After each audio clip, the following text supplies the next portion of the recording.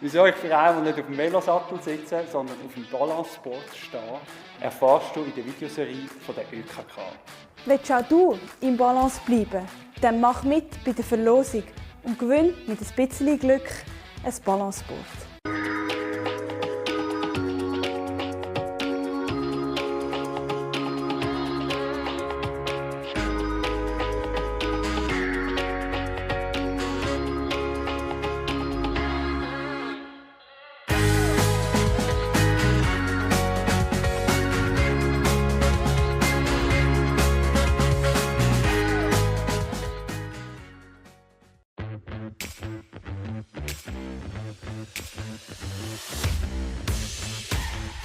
Nicht alle haben einen persönlichen Velomech wie ich, aber meine Versicherung, die ÖKK, zahlt die Hälfte an deinen Veloservice.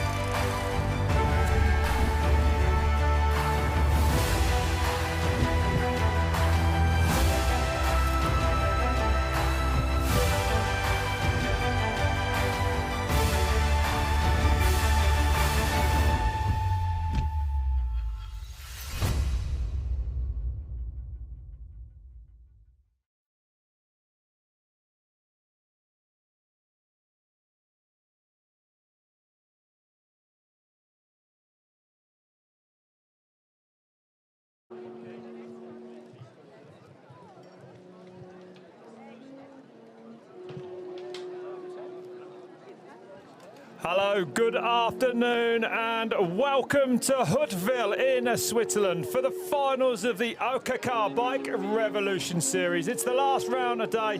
I'm Rob Warner alongside Jose Hamida, the 2010 cross-country Olympic world champion of this sport.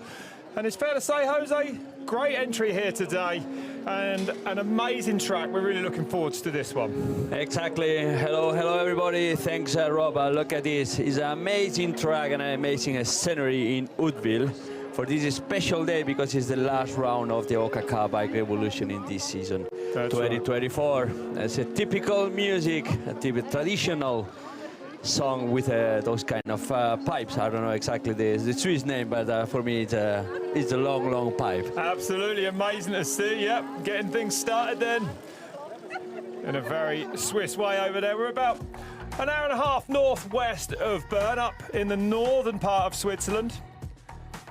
And here we are, Huttwil, the hometown of Matthias Flückiger. He'll be going in the men's race later on. Of course, it's the women that start first. And this is a brilliant track. Starting down there on the edge of the athletics track, climbing up now into the meadows and into this first rock section. Very technical with the rain we had yesterday. Yes, exactly. It's a quite technical course, especially they add some features, some new things, section from last year we compare. And now we have a dry track at the moment in TV, but yesterday and the day before it was raining a little bit. Probably the course is going to be a little bit more wet, but they told us that it's drying completely the course. So we'll see if those rocks and those inside the forest sections, they are slippery or not. But in any case, it's a course designed by Matthias Flückiger as he races at home, and we know that the style of Matthias Flückiger is always technical, big drops, big jumps, and for sure it's going to be a big course for this kind of show today. Absolutely, a little sting in the tail at the end of the lap. Back up into the trees they go. A short, sharp climb up the ÖKK Hirschler ramp, staying in the woods a little bit further along, back onto the athletics track for that. And it's a 4.3 kilometre lap, 189 metres of vertical climbing per lap as well. And if we check the profile, we can see that between kilometer 2 and kilometer 3 is the most complicated part, and it's also the part where are the most climbing sections. For the rest, is a quite rolling course with a lot of grass section, and as we could see, there are some new artificial with some rocks, some corners, some berms, and also around the athletic area. There is athletic area stadium is where they do the start for this race. Today is the women race that will take. They will take the race in one start loop and 5 complete loops. Yolanda Neff on the starting line again. We saw you last week in Gruyere. Yolanda, how did you spend this last week now regarding your breathing? Was it training or rest?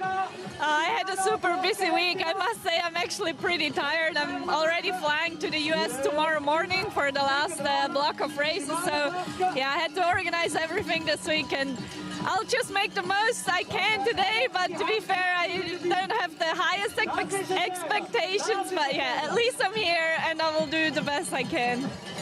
Thank you. Good luck, Yolanda. And Nicola, it was a really strong race last week, a hard fight with Yolanda and you. Did you think we can expect something from you again this week? Yeah, I hope so. It's the last Swiss race of the season, and I hope I can show the home crowd what I'm capable of. And yeah, I'm hoping for another podium place. All the best for that, Nicole. Good luck. Thank you. Well, thank you to Marina, our field reporter. We'll be checking in with her all afternoon long. And looking at those overall standings we saw a few moments ago, Alessandra Keller did take her 3rd in a row ÖKK Bike Revolution overall title last week. The series has been running for 3 years. Alessandra Keller has not been beaten in any of those 3 years. She's the triple champion of it. Chased down at the moment, though, 2nd place, a real battle between Romana Foccini on 590 points and Sarana Luga, who missed last week's race with illness. So let's keep an eye on that today, as well as the women now come up to the start line. Paula Goraka there. the veteran rider Paula Gorica, one of the traditional riders taking part always at the ÖKK Bike Revolution. 4th in last year's series, that's right, and a 5th in Engelberg this year. So, as you said, an ÖKK specialist a little bit. Always taking part in all the races, and we remember we are at the ÖKK Bike Revolution. This is the 5th race of the season, and nobody wants to miss this race. So Paula is on the start line. We have the next rider should be Yolanda Neff. Yolanda Neff, that she's coming back from a small recovery, health problems, and now she's back last week with this 4th position, big fight with Nicole Kohler, and we have here the Yolanda Neff, world champion, World Cup win, Olympic champion. That's right, the 2020 all the titles. Olympic gold medalist. Actually started the season strongly down in Brazil at the first 2 World Cup races. Had breathing difficulties, turned out to be basically, I believe, a kind of inflamed vocal cord. She's had to basically kind of train her breathing. We saw it last week at the start of the race. She dropped back, but she did recover during the race to 4th place, Yolanda Neff. So going to be interesting to see what she can do today, as she said, heading to North America for those last World Cups. Sina Fry now, the 2021 short track world champion. Also the under-23 world champion in the past, silver in Tokyo. Another big Swiss name. They're coming thick and fast. Nicole Kohler, we just heard from her. The Cape Epic winner this year, down in South Africa. And 3rd last week at the ÖKK Gruyere race. Let's see what she can do today, riding for Ghost Factory Racing. Looking cold there today, Yolanda, with a big puffy coat on. It's looking the weather changed a lot. Actually, last week they had also a race with some mud condition, or at least during the race, the weather change. And now it looks like the summer is over, and we can see in all the clothing they are using for the warm-up. And yeah, you see that the riders, they are not enjoying the sun like they enjoy in August. That's right. How Jana Velomoina probably, because she's more used to the bad weather. Yeah. She takes off straight the jersey, the long sleeve. Well, great to see her, the 2017 overall World Cup winner, the champion of Ukraine. And fantastic to see Jana Velomoina on the front row here today in Huttwil, ÖKK Bike Revolution. And here is the champion, and she won it last week. It will be a bit of a lap of honour today for Alessandra Keller, although she is sure to want to win this race. That's what she does best, leading the World Cup standings overall at the moment. She took the series back in 2022, the World Cup series, in cross-country, Olympic and short track, to give you some idea of the dominance of this woman. And she has got some horsepower that she will be laying down on the climbs around here this afternoon. So today we have a big field in this last race of the ÖKK Bike Revolution, and we have also big names from Germany, from Switzerland, even from Iran. We have some riders, Farag Partonar and Swirin, 2 riders from Iran taking place, also French riders that we have to take care of. Isor Mede, also one of the names to look, or Ronja Abel, the German rider that is going to be also in front for sure. Yeah, Milena Dane is there as well from Denmark. Keep an eye on her today, often on the podiums at these ÖKKs. And especially Ida Short there as well from the UK. Going to be interesting to see what she can do. Ramona Forchini, the current 2nd position in the standings, but she's not starting in the first row, because we remember everybody the starting position is made by the UCI ranking. And well, Alexander Keller won already the overall, but Ramona Forchini is going to start on the back, and let's see how much time it takes her to be in front again. And all the riders ready to the start. Here we go then. Yep, that's right. They go for 1 start loop, 5 complete laps. And it will be fast and furious around it. Then the last major international fixture in Europe, this race, the last big European race of the year before everyone heads to North America. Keller poised in the red, Velomoina next to her in the white. Here we go. Moments of focus. Looking to the red light on top. And we are go, go, go in Huttwil, Switzerland then. And it's looking to be a great start there. Keller in the red coming through on the left-hand side there. You have to do one lap. This is the start with the athletic field, and then they hit straight to the grass section. That's right, the riders going to the edges of the track, so looking like it's soft, and there you go, you can see it for yourselves. We have our onboard camera, and we can see how muddy is this section, especially in the flat section. Probably they will find more mud in the uphill and downhill sections. They got a little bit drier, for sure, but at the moment we could see how the front riders, they choose different lines, except here. It looked like Alexander Kelly is already taking the lead. Sina Fry on the left, we see Sina Fry, and in the middle, in third position, we can see Yolanda Neff. And just looking at the graphics there, this is a start loop, not the first full lap of 6. It's a 5-lap race, plus this start loop. This is a very much shorter lap. And, of course, just to let the riders thin out before they get into the narrower part of the tracks. And look at this. Alessandra Keller then out front at the moment. Keller, Sina Fry, Yolanda Neff, Ronja Evil, we see Koller, Paula Gorica, Jana Meloboina, all the riders, and Ramona Forchini, the rider that last week finished on second position. And see Malending, and all the riders in one line. Yeah. And that's off the start there, so good start, no issues at all. Still on this start loop, these women. 5 laps to come. Once they go back over that line, we'll have a proper look at the phenomenal track we have here in Huttwil this afternoon. And look at that already. Well, we said Alessandra Keller might be a lap of honour for her, but she is riding, already crowned the series champion this year, riding with such intent. She doesn't hang about, eh? Yeah, that's a powerful start from Alexander Keller. Look at it. It is typical style of Alexander Keller when she's pushing hard. It's just the start loop. We're not even on lap 1 yet. And she's already taking a gap to Sina Fry, Yolanda Neff. And we can see also the German rider, Ronja Abel from Alpecin team, closing the group.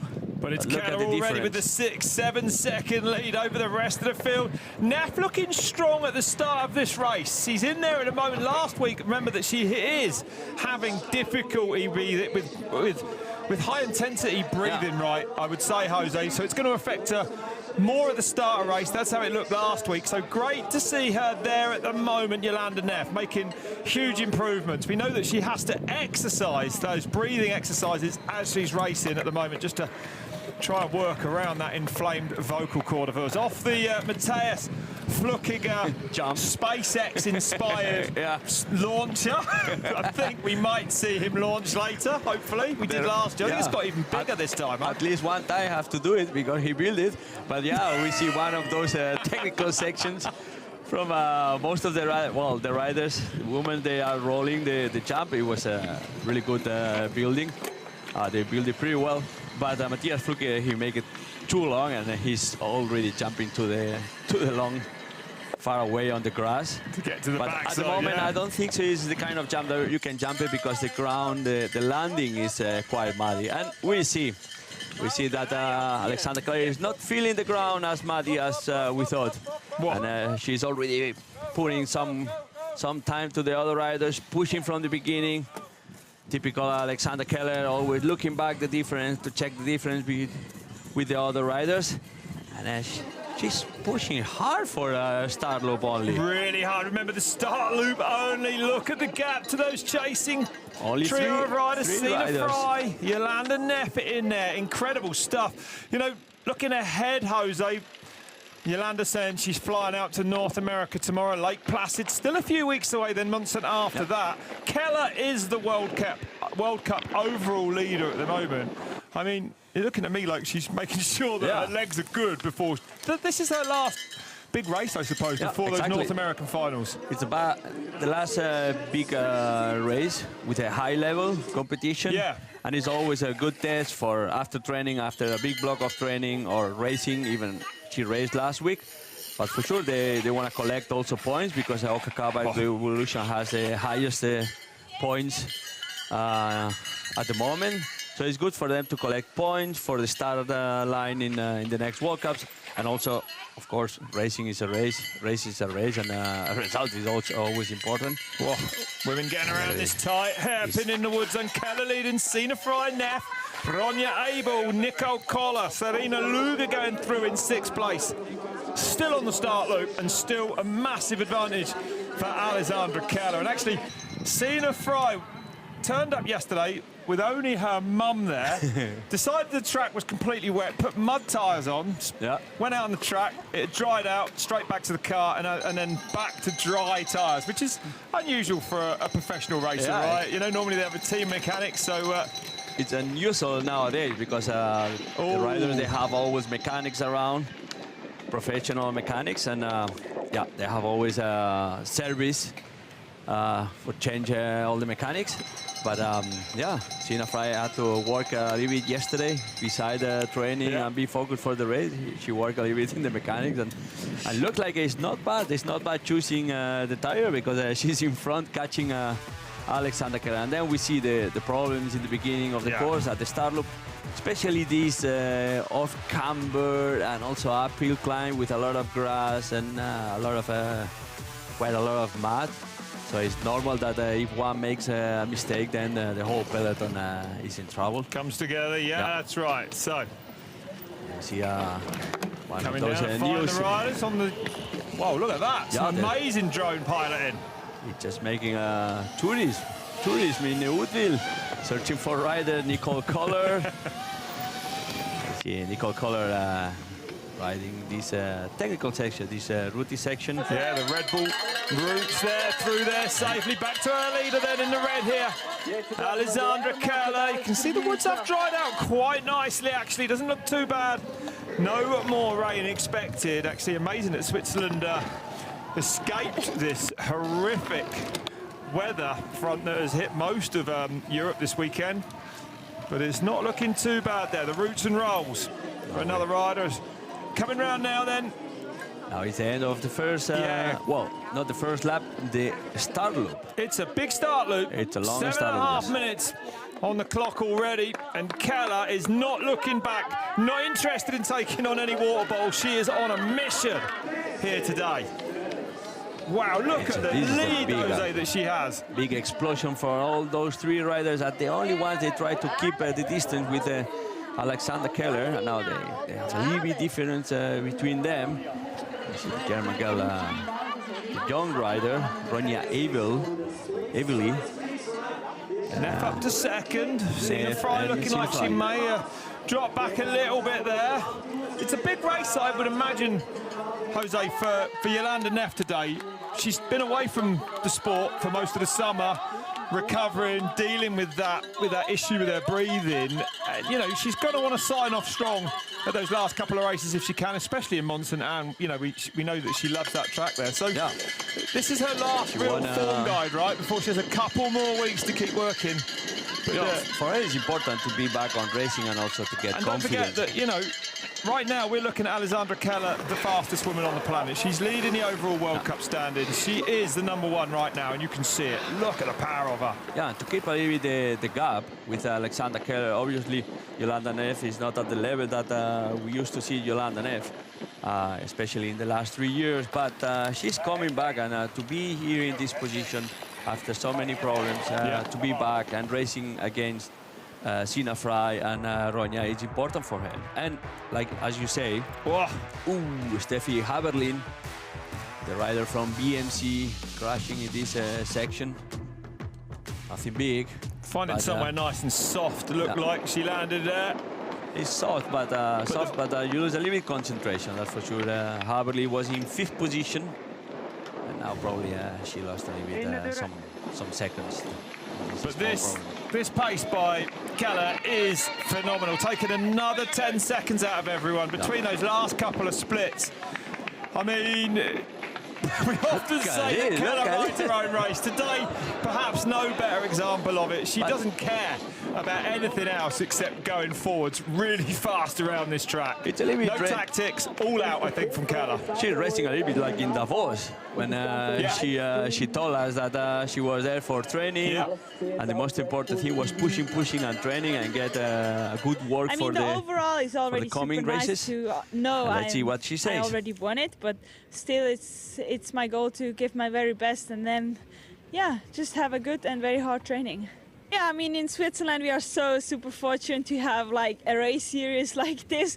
Basically every single race is home. I mean, we stay for one night in a hotel and then in between we just go home, have their own bed, and that's already super fortunate.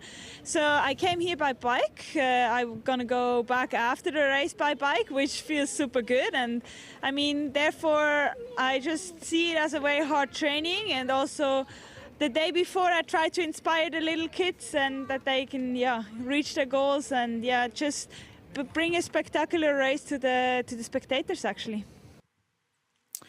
Well, delivering so far on those promises, spectacular. The lead is already, there it is for you, about 15, 16 seconds as those chasing pair of Sina Frey, Jolanda Neff go along over the line. Ronja Abel, the German top non-Swiss rider there in 4th place, hanging on there to Frey and Neff at the moment. This is cool what Alexander Keller said before, that she's here for training, for racing, but also those role models, they are involved in the races, like in the first race in Kur, Nina Schurter, home race. Engelberg is the town of the surrounding from Alexander Keller. Davos is Sina Frey town. Gruyere, town of cheese, the city of cheese. That's right. And Huttwil is the place of Matthias Flukiger. If the days before, the previous days, they can inspire, they can ride with the young generation. This is also important that's for right. the They have sport. all the younger categories on the Saturday. They have a massive group ride as well. I mean, it's a brilliant concept, the ÖKK Bike Revolution series. Yeah. They have even a gastro ride. Yeah. Gastro is not bad. We should go there. I saw it was oversubscribed yesterday. No more space on the barbecue ride. Yeah, that's right.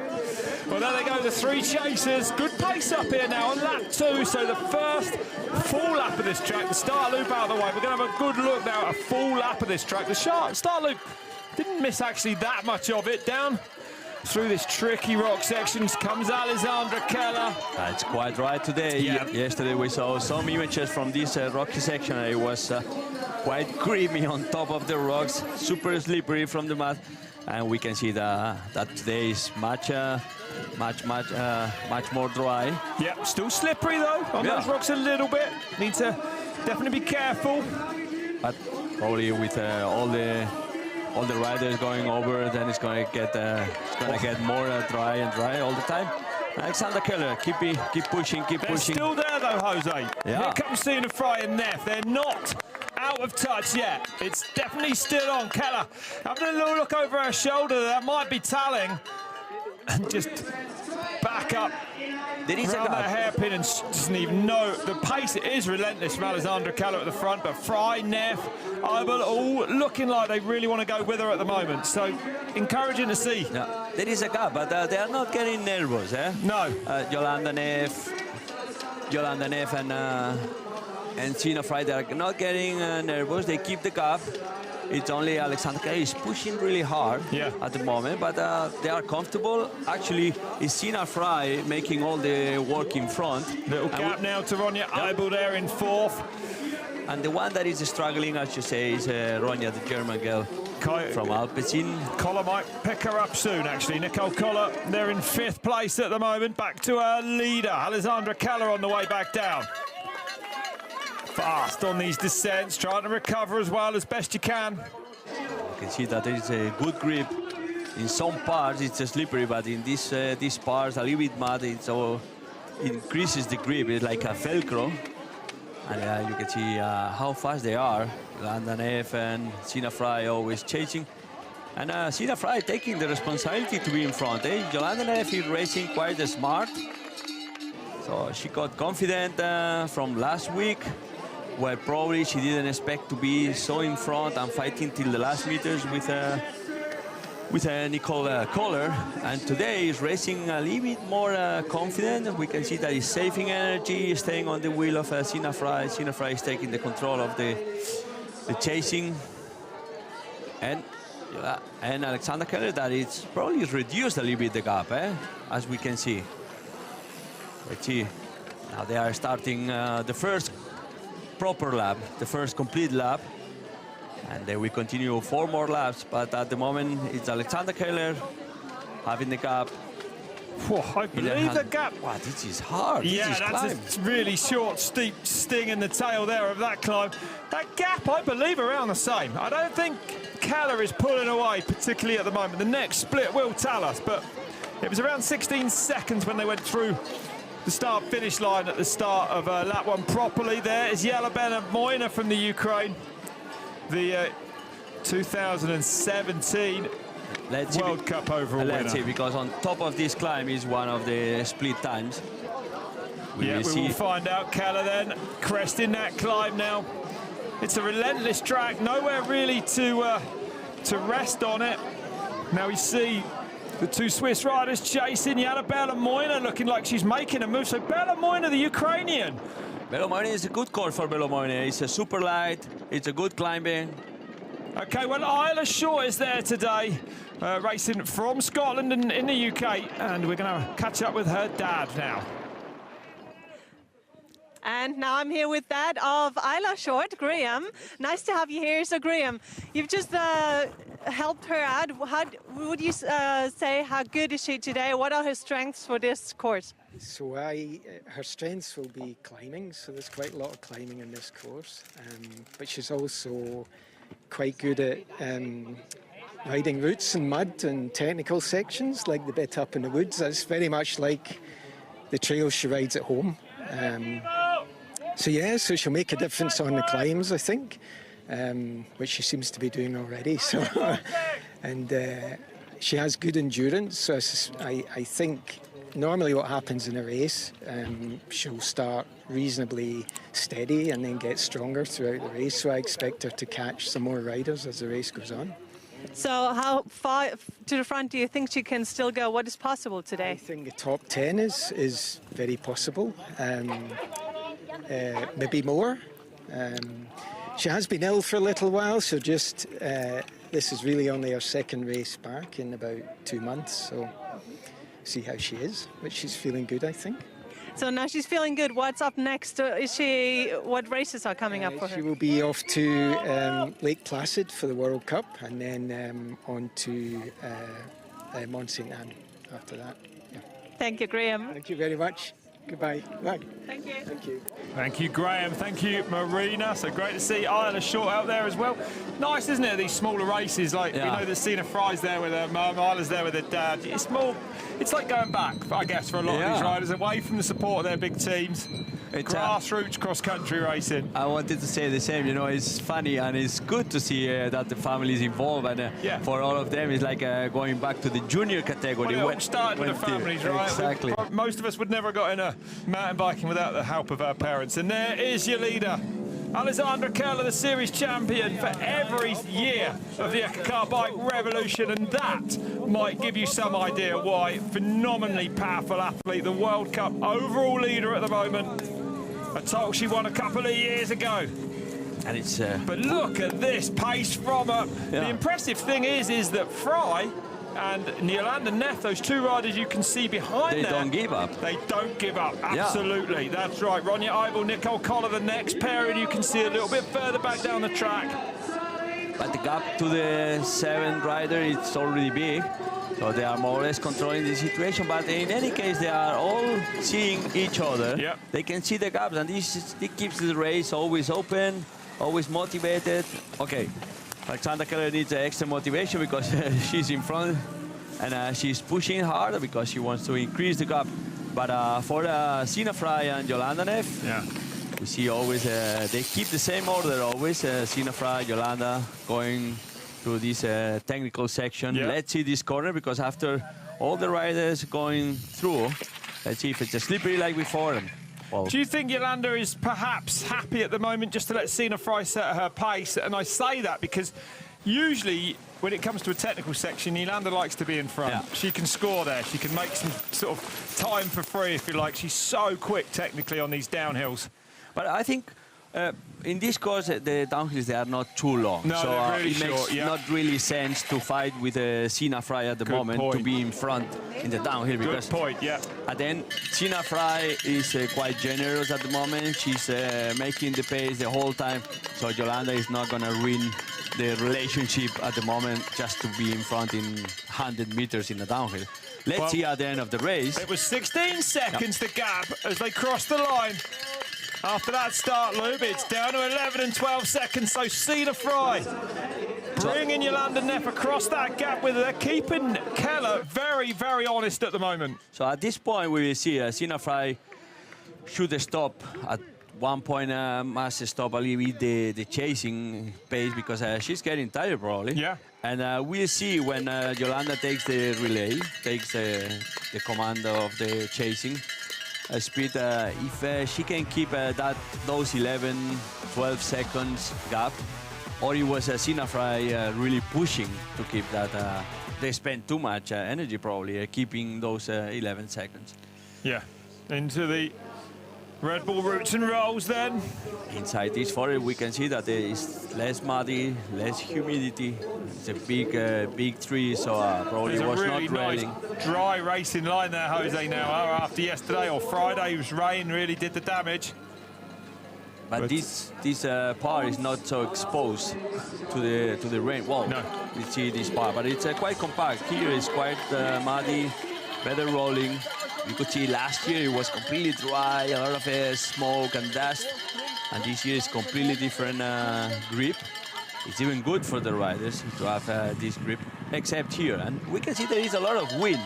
And it's also dry in the course. If you check all the trees.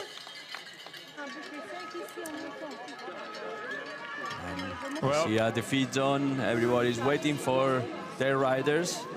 okay, well, Keller coming round to finish that Maybe first you full lap. hear it. Here's Sarina Loiga. I was sick, and well, I was healthy again last Sunday, but it was not enough to race, and now I hope I'm back with full strength.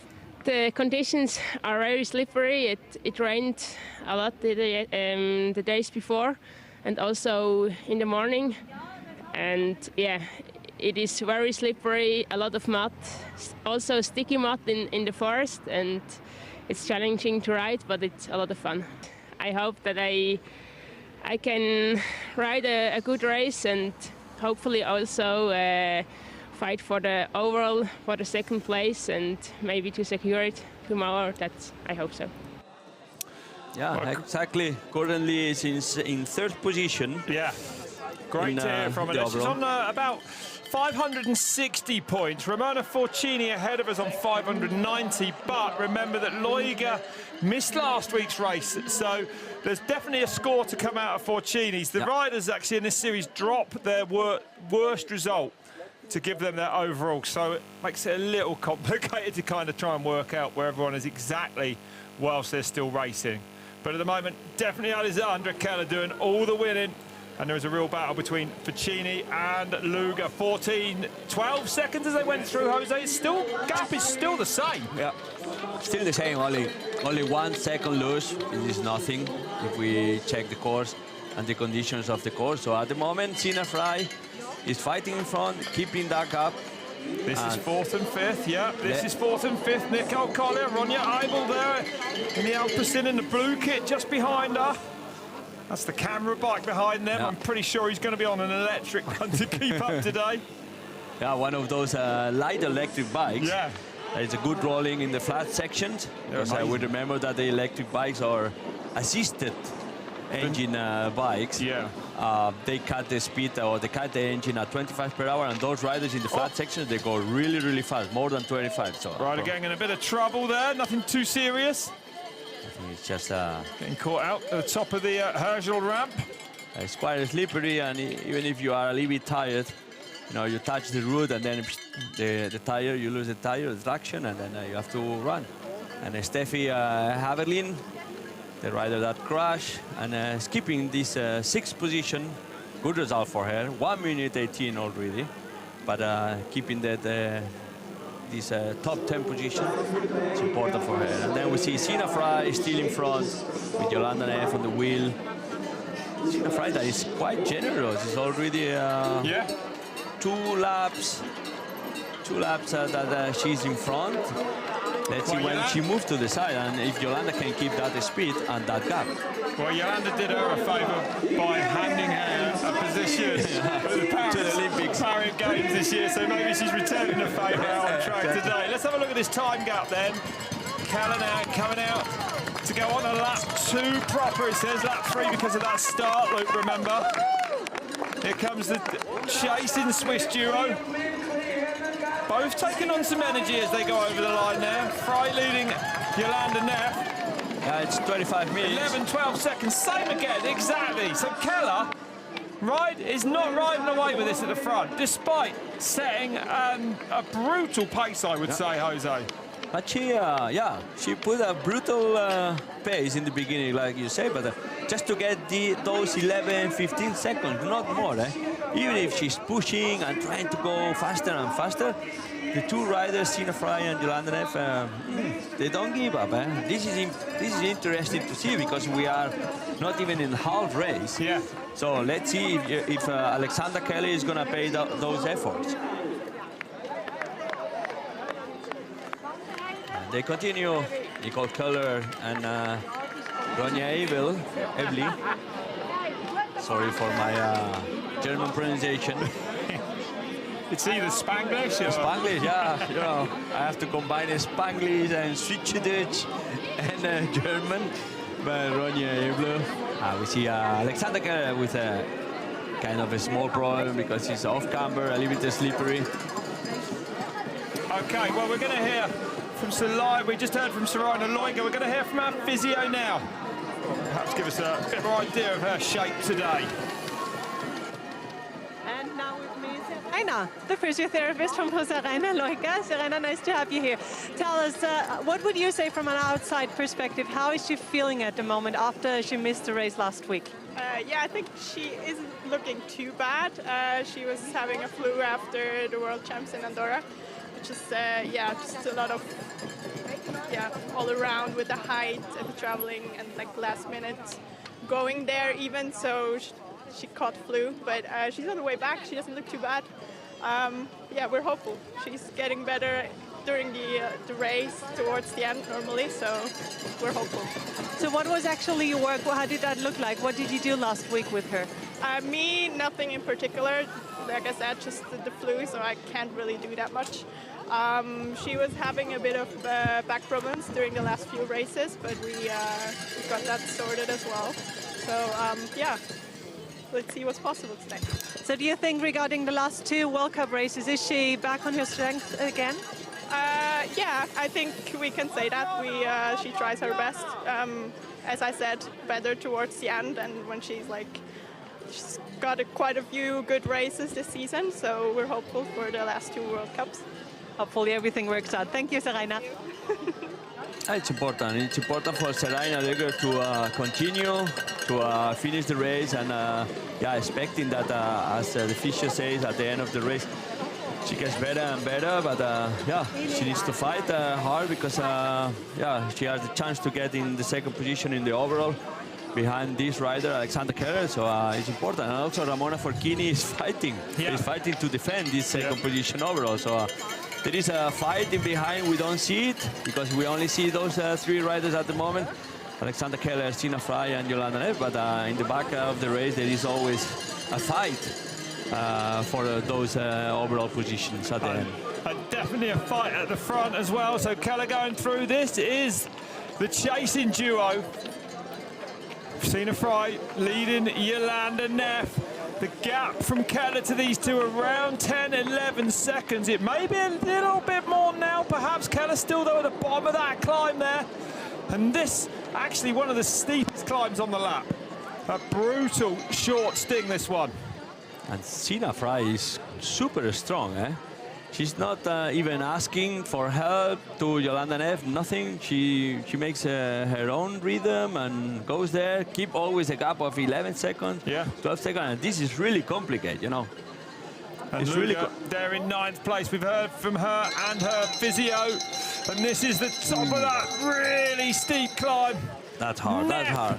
Giving it everything to get over the top of that one. Looking like she might need to recover here just for a second. Well, Sina Fry looking like she's breaking away from Jolanda Neff now. So, interesting to see this. There's the lap compared.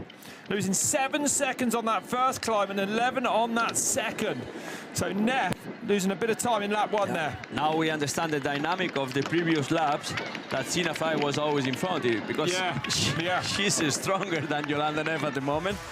We could see it here in just this small ramp going up, this small climb going up, how Sina Fry started to fly, using also this back wind that is helping a little bit, but you can see that the rhythm from Sina Fry is completely different as Jolanda Neff. Probably Jolanda Neff is struggling a little bit from the rhythm from the beginning.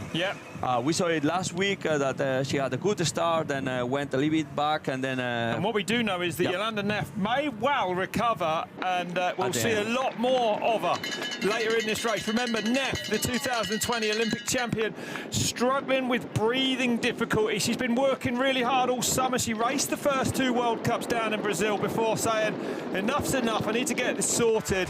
And been working really hard on breathing exercises, trying to work around an inflamed vocal cord, I believe it is. It's like a muscle in your throat, right, that's been stressed.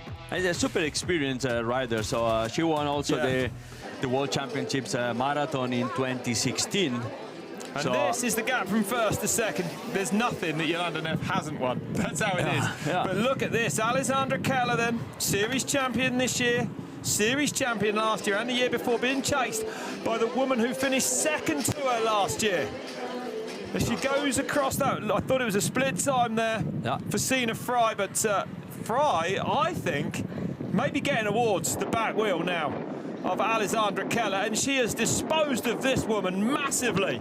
Neff really struggling on this big climb now. 15 seconds, so Keller taking around another 4 seconds out of Sina Fry. And Neff now definitely feeling the pain. The wind is sounding like it's up there now as well. Jolanda lost a lot in this small part. 15 seconds is quite a lot. Sina Fry keep the gap. Only lose 3 seconds, that is nearly nothing. But Alexander Keller keeping that high speed. Only Sina Fry was the only one to react.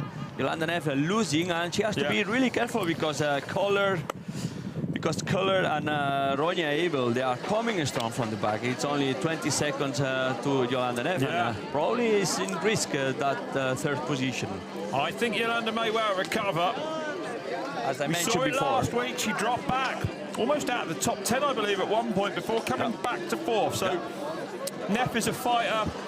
I can't imagine how frustrating it is for Jolanda Neff to have to manage her breathing whilst trying to race a mountain bike. Like, to me, it almost sounds impossible, right? But and especially in this course, because it's quite physical, this course. You know, it's not many technical parts where Jolanda Neff can relax. Like last weekend, there was a lot of get the heart rate back down, recovery sections, and it was some technical sections with no speed. Here, it's always a high speed, so that means you have to move a lot your legs, and also your breathing increases. So, and if you have breathing problems, then it's even more difficult to race. So that's why Jolanda is making an incredible race at the moment. And losing 15 seconds, compare how in the position that was Jolanda Neff 2 months ago, it's already a success for her. Nicole Kohler, it's 21 seconds, 23 seconds to Jolanda Neff. We see in 6th position Steffi Haverly, Tamara Wittmann from Austria in 7th position, and Rebecca Sterman in 8th position, already 2 minutes and 17 seconds. And now we could see how Seraina Ljöger was on the way to pass the split. Here. 11th place then, for the Ukrainian. Isla Short still there in 10th. Jana Velomoina also a super experienced rider. That for them is a problem now. The races they are short, 1 hour 20, 1 hour 16. You know, Jana Velomoina, Yolanda Neff, they are from the generation that the racers, they were 1 hour 50. One cross country. So it's also changed a lot, huh? Yeah, it changed a lot, and you have to learn also for your body. It's a different effort. Yeah, for the new generation, the breathing, the stress of racing 1 hour 16 is not the same for your body than if you race 1 hour 50. And Yolanda Neff has to learn also this, have to change or adapt. Yeah, adapt. Adapt is the word. That's right. And yeah, it's not easy. So, but she's in front there. She's in front in third position, and let's see if she can keep. See one of those jumps, drops.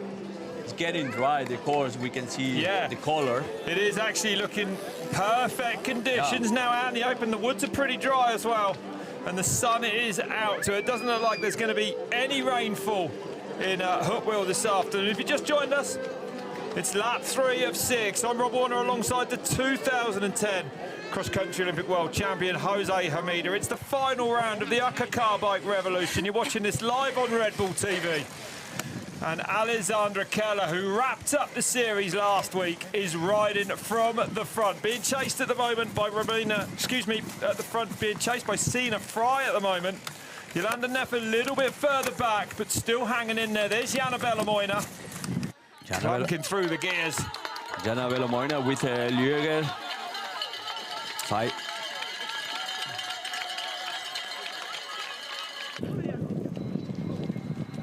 The wind looking like it's getting up there, and Yolanda Neff not recovering yet. Actually looking like she's falling back towards Nicole Collar at the moment. Here comes second place, Sina Fry.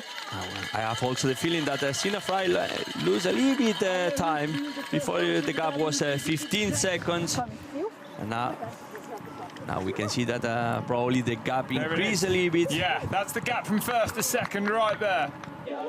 Yeah, going through the feed zone. No bottle for Alexandra Keller, talking to the physio, to the staff in feed zone. She wants to keep focus, just keep it strong. No moves. Yolanda Neff. Yep, fast down there for Yolanda Neff. That was what fast. A fighter she is. She won't give up. Don't be surprised to see her recover and go forwards again in this race. Absolutely, and Sina Fry taking and there's Neff just coming out of the woods. So that's the damage. Don't remember, this time last lap, those two were together. That's the damage that's been done on that lap 3. Yeah, but that loop, that small loop to the feed zone is more than 15 seconds. Let's see if Yolanda Neff is still at 15 seconds to Sina Fry.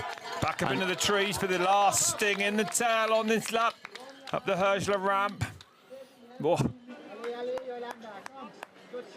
And there's your virtual overall standings. As we said, it's Alexandra Keller had already wrapped up the title. A real battle for second place.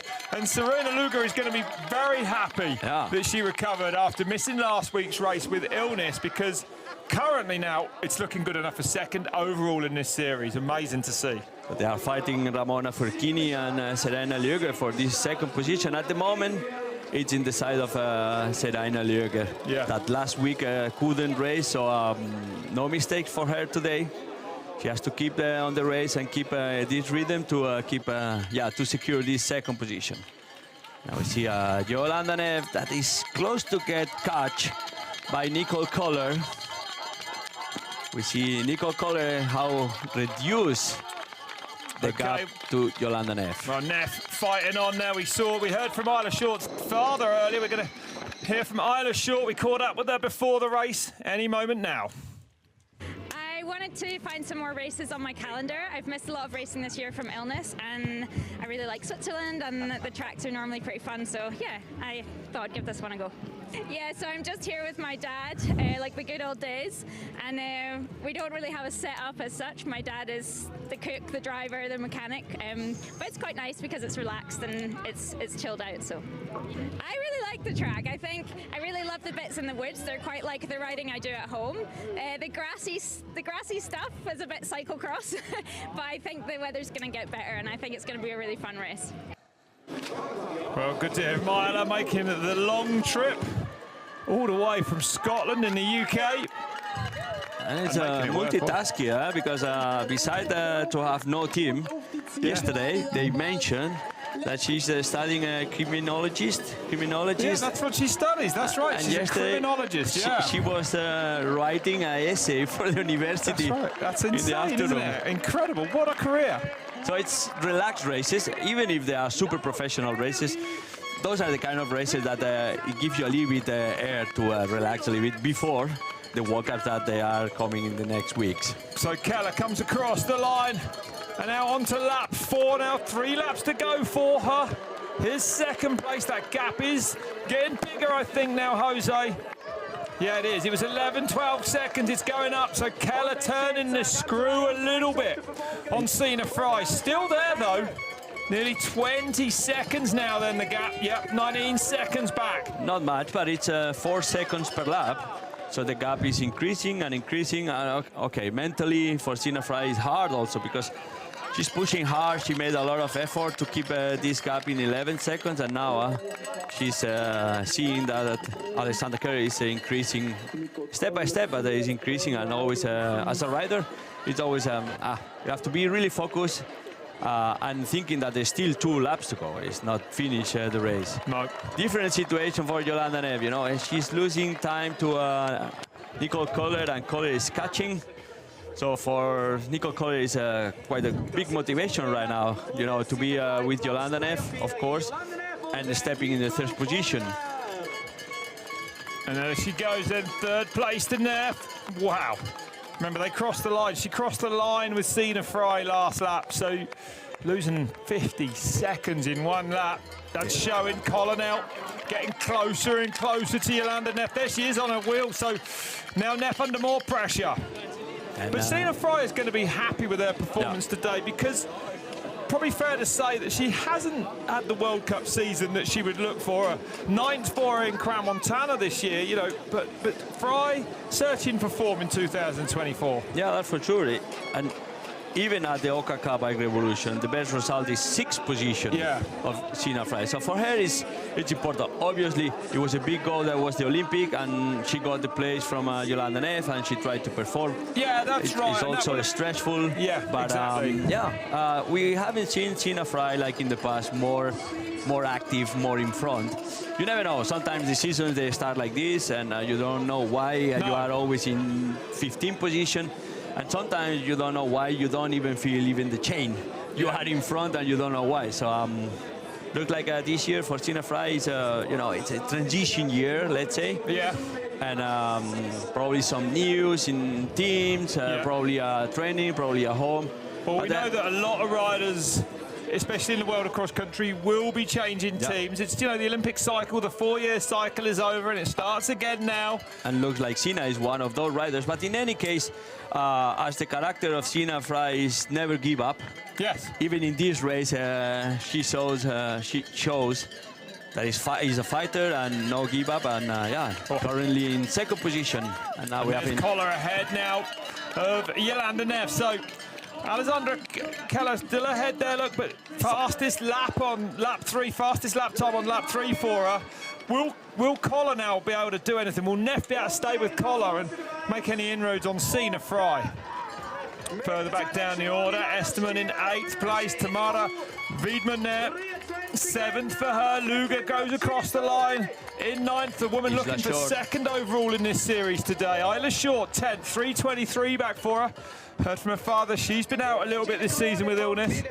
Jana Belomoina, Isla Short.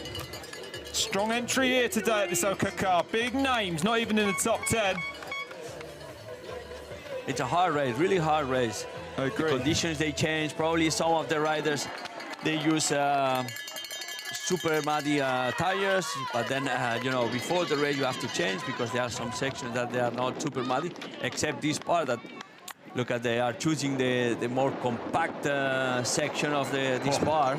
And this is important, right? You tell me as a racer, but Keller is still very much in the eye line of Sina Fry. You can see it just ahead in the track there. Is that encouraging when you're riding and you can see the gap? Or I guess if they're going away from you, it's pretty heartbreaking.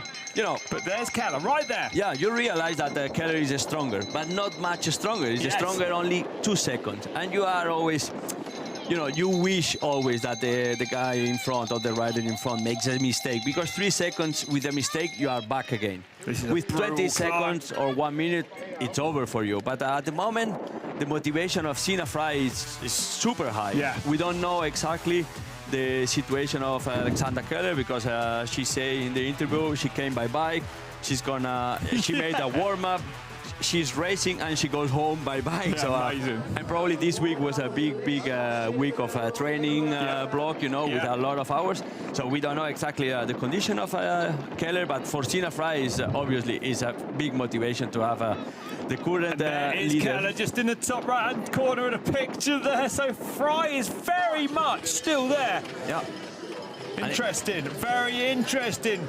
Sina Fry at the top of that short, sharp climb actually was where we lost Jolanda Neff last lap. She couldn't sustain the effort by Fry. The wind is getting up there as well, Jose, out in the open. It's a little bit backwind, looks like. And for Alexander Kelly, it's a good section here. It's a powerful gravel road, you know. It's Alexander Kelly in this section is super good. Before, the section before, it was Sina Fry, super strong, you know, it's light in the grass. And we could imagine that it was reduced a couple of seconds, but as soon Alexandra Keller takes this part, that it's more easy for her, let's say more easy. So look at this, he's pushing and trying to get profit of this situation. He's pushing hard. This is pushing hard up here, yeah, high. good to see. Out of the saddle for Keller then. One of the most powerful riders in the women's field, no question of that. As always happens, when you see the races on TV, it looks like it's flat, but then you realize how steep is the field on your right on the screen, and how long they climb. This you is can see how steep these climbs are, judging by the back marker that Alexandra Keller is about to overtake now. That's real world right there for you. And we about see to get that taken out then. Keller coming down now towards the Matthias Flukiger moon booter that we all expect to see sent in the men's race, right? Looking forward to that. Here it comes now. And I have the dad of Jolanda Neff with me, Marcus. Nice to have you here. Marcus, I guess it was not too easy to find the right bike setup today. What did you choose? So Jolanda chose the mud tires because it's kind of still wet, but now it's getting drier, but the grip you need, it's almost better with these tires, I guess. So she's on those tires now, and you can see the grip is quite good. Mm-hmm. So Jolanda at the starting line told me she's really not on top today, but she's doing quite well. How would you rate her performance? Yeah, the start was quite good compared to last week. She dropped back further last week, but now she's on 4th position, getting almost caught by the 5th, and so I hope she can recover, and maybe the last few laps she can keep up a little bit. So how often does this happen? We saw you last week and this week that you are still with Jolanda in the races. Yeah, so kind of those small races, the track is not ready, or they told her not to come, so I support her, and it works. Mm-hmm. And I heard that you were racing as well last year in Huttwil. Did you do a race by yourself as well this year?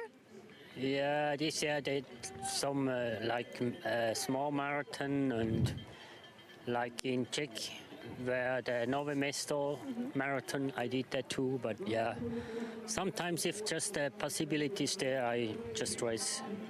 So, but now focus on Jolanda. Thank you, Marcus. Okay. Well, amazing to see Marcus there. I was lucky enough a few years ago to go and visit Jolanda at her house in St. Gallen, where she lived at the time with Marcus, her dad, and her mum there. And honestly, we went, they said, can you be there at 8 o'clock in the morning to start filming? So we were driving there. I remember from the hotel towards her house, it was -8, right? It was like February. I was thinking, of course, cold. I knew we were going for a ride.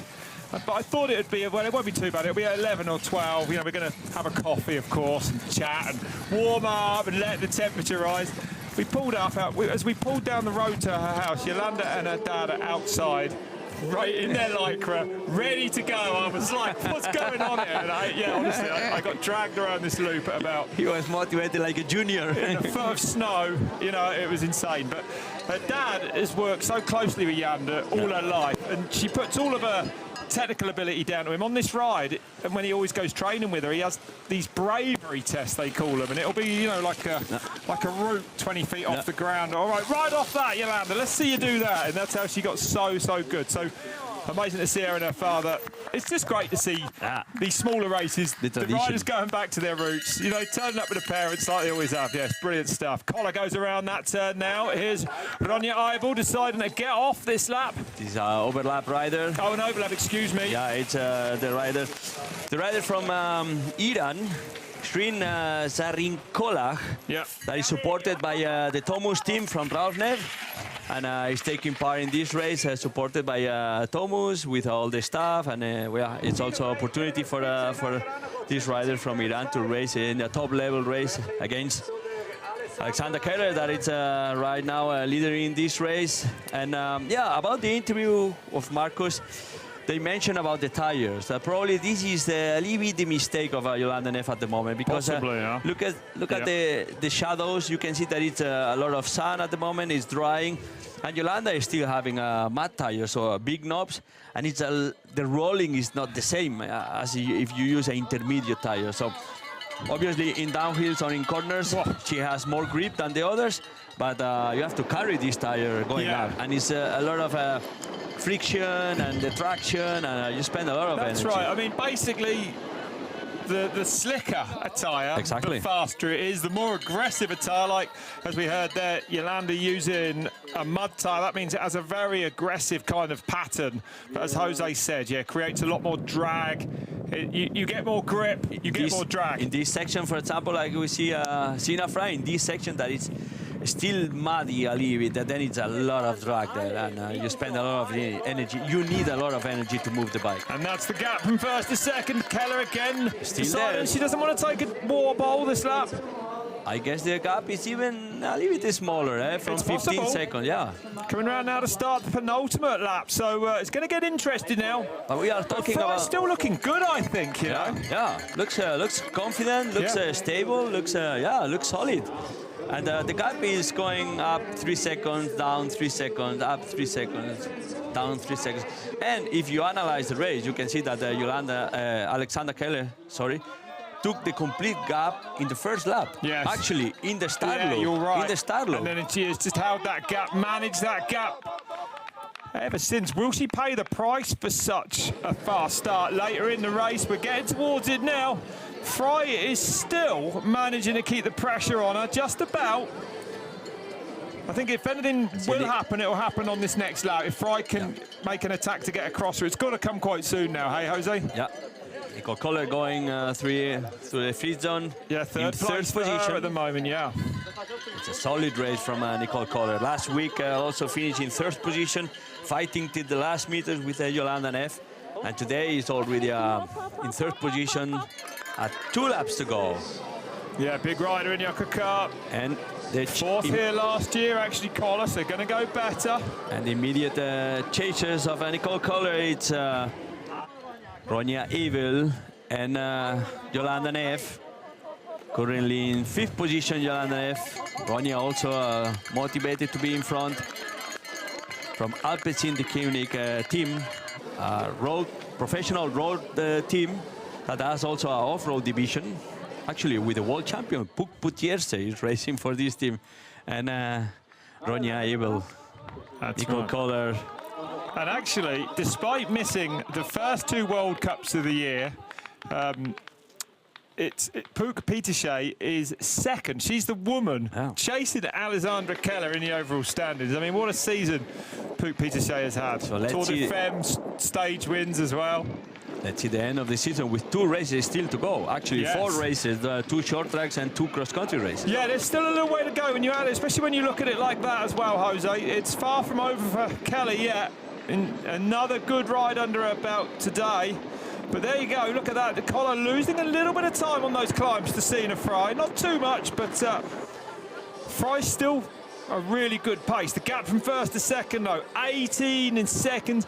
It's gone up a little bit. It's not much, though. It's about the same, really. So we are at crunch time, I believe, now, really, in this race. And if Fry can get across that gap, it's surely going to be on this lap now. You can see that Nicole Kohler, Jolanda Neff, and Ronja Abel, they just give up, more or less. They're chasing motivation to go to the front, and they are keeping the third position, actually. And it's only Sina Fry fighting there, keeping those 18 seconds, 20 seconds, 11 seconds. And looks like Alexandra Keller is managing pretty well the gap, that's for sure. But she's pushing hard. And if she's pushing hard and don't get extra seconds, that means Sina Fry is super in shape at this period of the season. That's right, yeah, that's right. And looking for a strong end of year then. 19 seconds now, so still less than 20 seconds. 2 to go at the ÖKK Bike Revolution finals. We are in Huttwil in Switzerland, right up in the north of the country, where thankfully it's not raining. This is third place at the moment. Nicole Kohler chasing down Sina Fry, who is chasing down Alexandra Keller, the leader of this race. Phenomenal stuff. Jolanda Neff a little bit further back now. 5th place for Jolanda Neff. Ronja Abel there, the German. 4th place for her. That's a hard climb. Look at this. It is a drop. It's a new bridge, new design. Probably designed by Matthias Flückiger. He had not enough with the bridge. He wanted to do a bridge with a drop, a small drop. Always creative, Matthias Flückiger. And he will be in the men's race coming up shortly after this on Red Bull TV. Jolanda Neff staying with Abel up over that bridge. Kohler goes across the line in third, a minute 25 off Alexandra Keller now. Yeah, Kohler keeps the same gap as before, 1 minute 25. But at the moment, it's Alexandra Keller leading this race with 54 minutes racing, 5 laps, 1 lap to go only. And we see in 4th and 5th position, Ronja Abel, the German rider from Alpecin, and Jolanda Neff keeping the wheel. Looks like Jolanda Neff is recovering now. Looks like he feels a little bit more comfortable. Because and that's what happened last week. The last couple of laps could be go time for Neff. She looked good, actually. I thought she came towards the camera earlier. Didn't look distressed or tired even. So let's see if Neff can get back into this one on this last couple of laps. Another steep climb for Alexandra Keller. Looks over her shoulder. This is hard. They use all the gears. Look at this gap. Is that coming down? It's hard to tell on this climb. Because it's I don't think so. Steep, but it's not too bad. She is still very much there, this young woman. Sina Fry in 2nd place. Visually, it looks like they are really close. Marker in the middle, remember, the woman in red at the front. Alexandra Keller is the only woman that matters. And the previous lap was the fastest lap of Alexandra Keller. Now the fastest lap is Sina Fry. Probably you are right, Rob. It's getting some seconds back, Sina Fry. But, you know, this is the kind of climb that you see your enemy, you see the rider in front, and you think, oh, a couple of efforts and I get together. And no. And it takes 1 minute to get to this rider. So it's super hard climb. And we could see all the riders, they are using all the gears. Actually, they are riding a front chainring of 36. Probably the girls, they are in 34, but on the back they are 51, and they are using all the gears, and that means it's super steep climb. Yeah, they are. That's right. You can see a couple of them. Well, the good thing they have is that it's a little bit soft, the ground, so the traction is pretty good one. See the staff from Alexandra Keller encouraging and also giving the bottles. Brutal climb coming up now again. And now it looked like Alexandra realized that Sina Fry was getting close and pushing a little bit more. It's possible, the rhythm. And he's pushing hard. Look at this. Green sections for Alexandra Keller. Only 1 red section. What a World Cup season this woman's having. Not just a great ÖKK season. A 6th at the first round in Maripur. 4th in Arasha. Novia Mesto, she was on the podium again in 3rd, a 2nd place, of course, in Crans-Montana in Switzerland before finishing 3rd at the last race Next to me now, the mechanics from Alessandra Keller. Linus, it is a big topic today, bike setup. Which one did you choose for Alessandra? As always, we choose the Schwalbe tires. We got the Racing Rolf, very good and fast tire for like in pedaling power, but he got quite some grip in these conditions. So I think it's a perfect opportunity we choose. Yeah. And we started with a little bit of more mud. Now it's getting drier. Is that something that changes your idea of the equipment?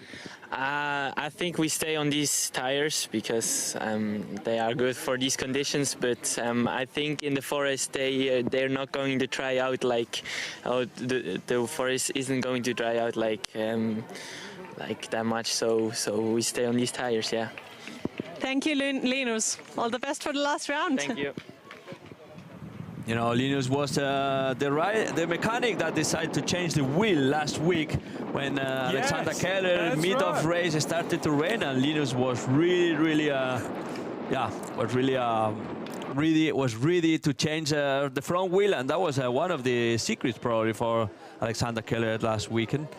And in this weekend, they choose the right tire. Obviously, Alexander Keller is strong, and we can see in the results, Sina Fry in second position.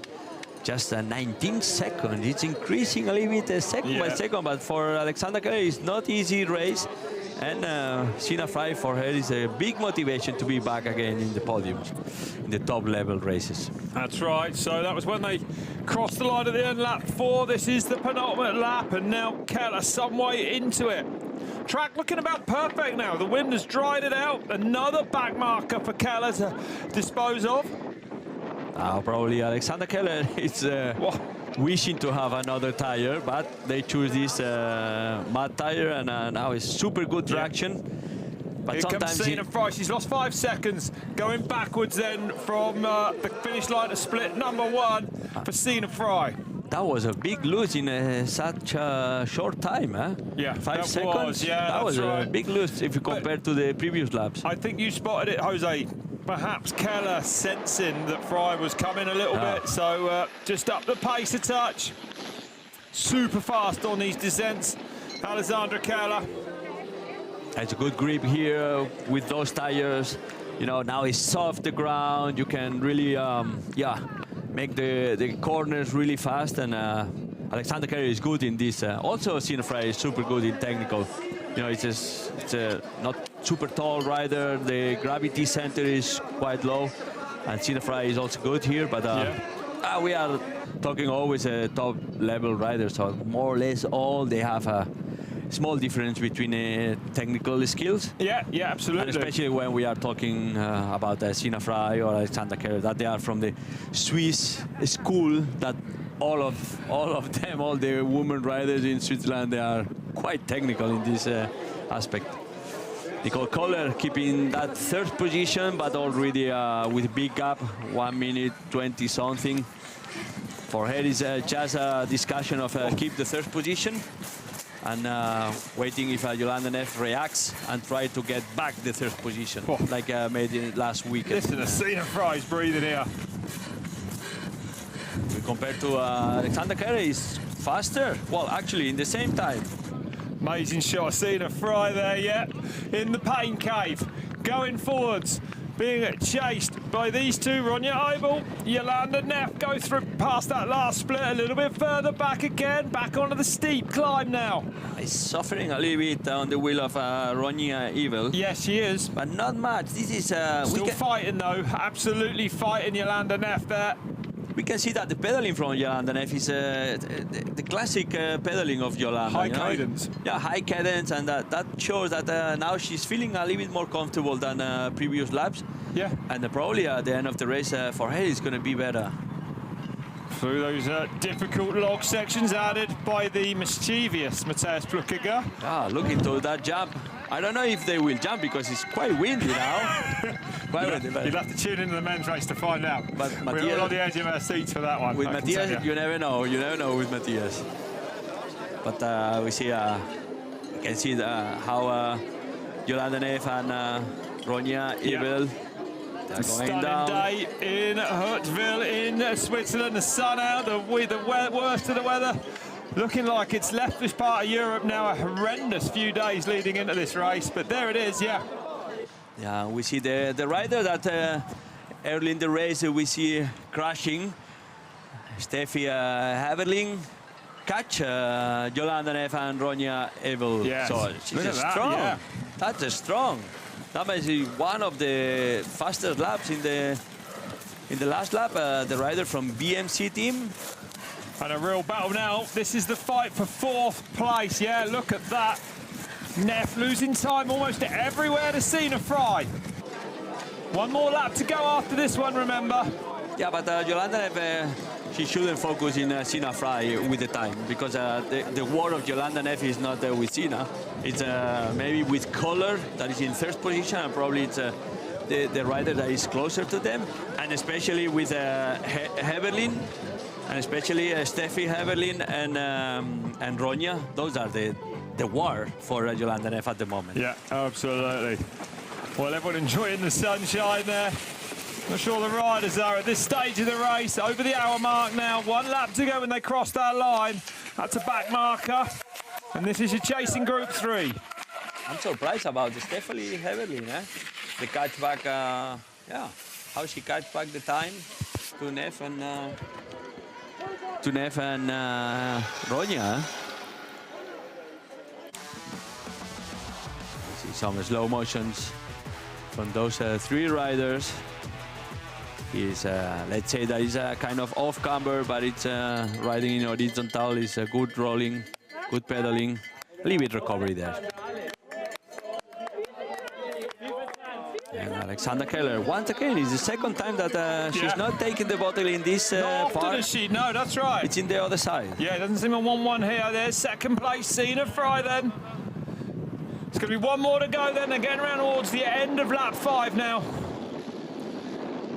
And there you go, Kohler also losing a bit of time.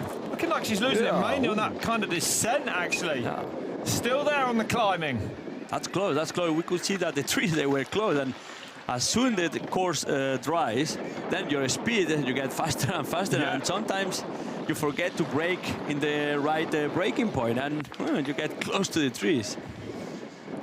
Through the Red Bull, roots and rolls again then for Kohler. Another strong performance from this Swiss woman. Kohler has the experience of cross country, obviously, but also the experience of the Cape Epic. Long distance, also in the marathon races, you need to know you need to understand your body, you need to know your body, and to get that rhythm that is comfortable for you, but at the same time is making time to the others, to the other riders. And Kohler is experienced on that, and we can see that she's keeping that 3rd position, is defending the 3rd position. And almost on the podium in Crans-Montana this year. It's 6th place for her. So good to see her really getting back, Kohler, back to form after a broken arm actually last year, taking her out of contention. So Kohler looking like she's getting back to her best and about to swoop by a back marker there. Ignore that woman there, Kohler.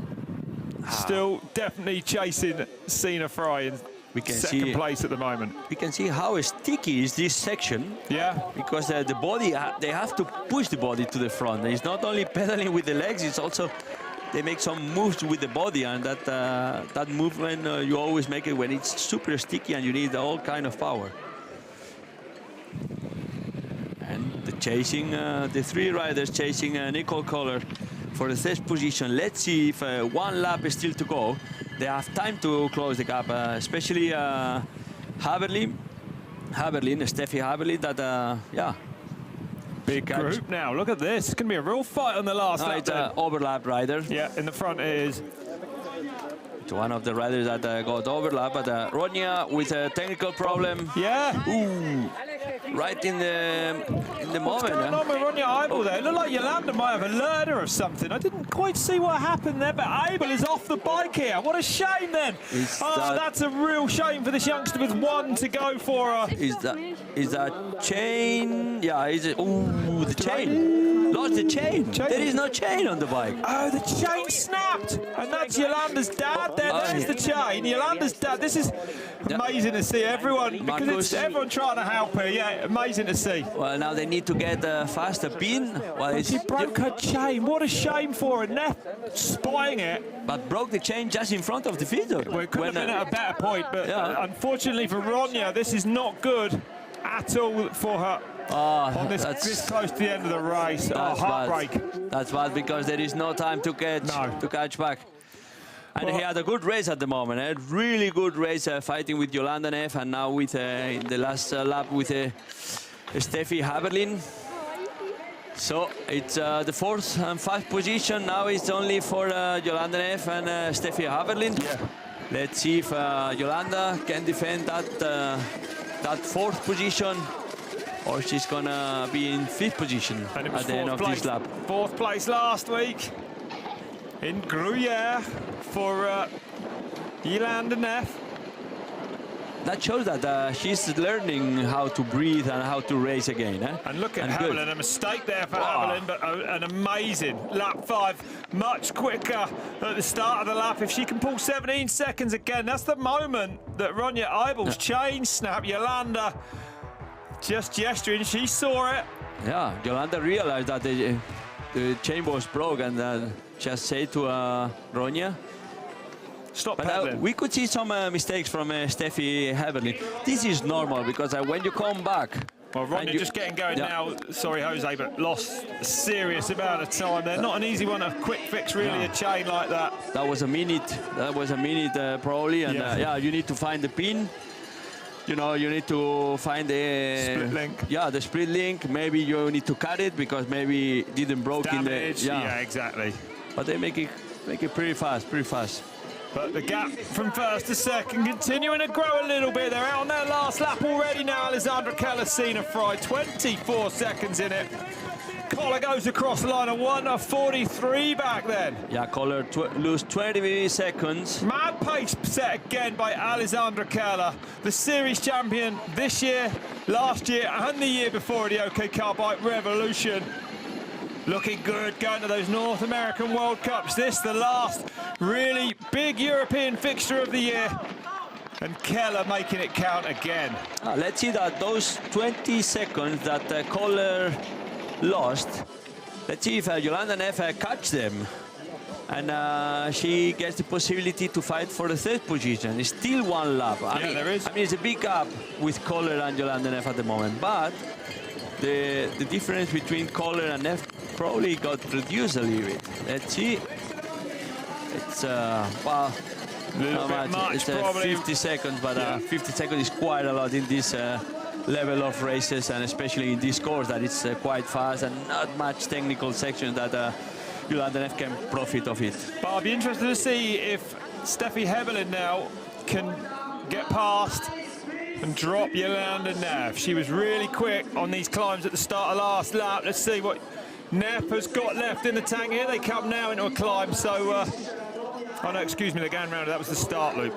One Steffi Haberlin that in the first race of the season in Kur at the ÖKK Bike Revolution, she finished 4th position, and also 8th in Engelberg.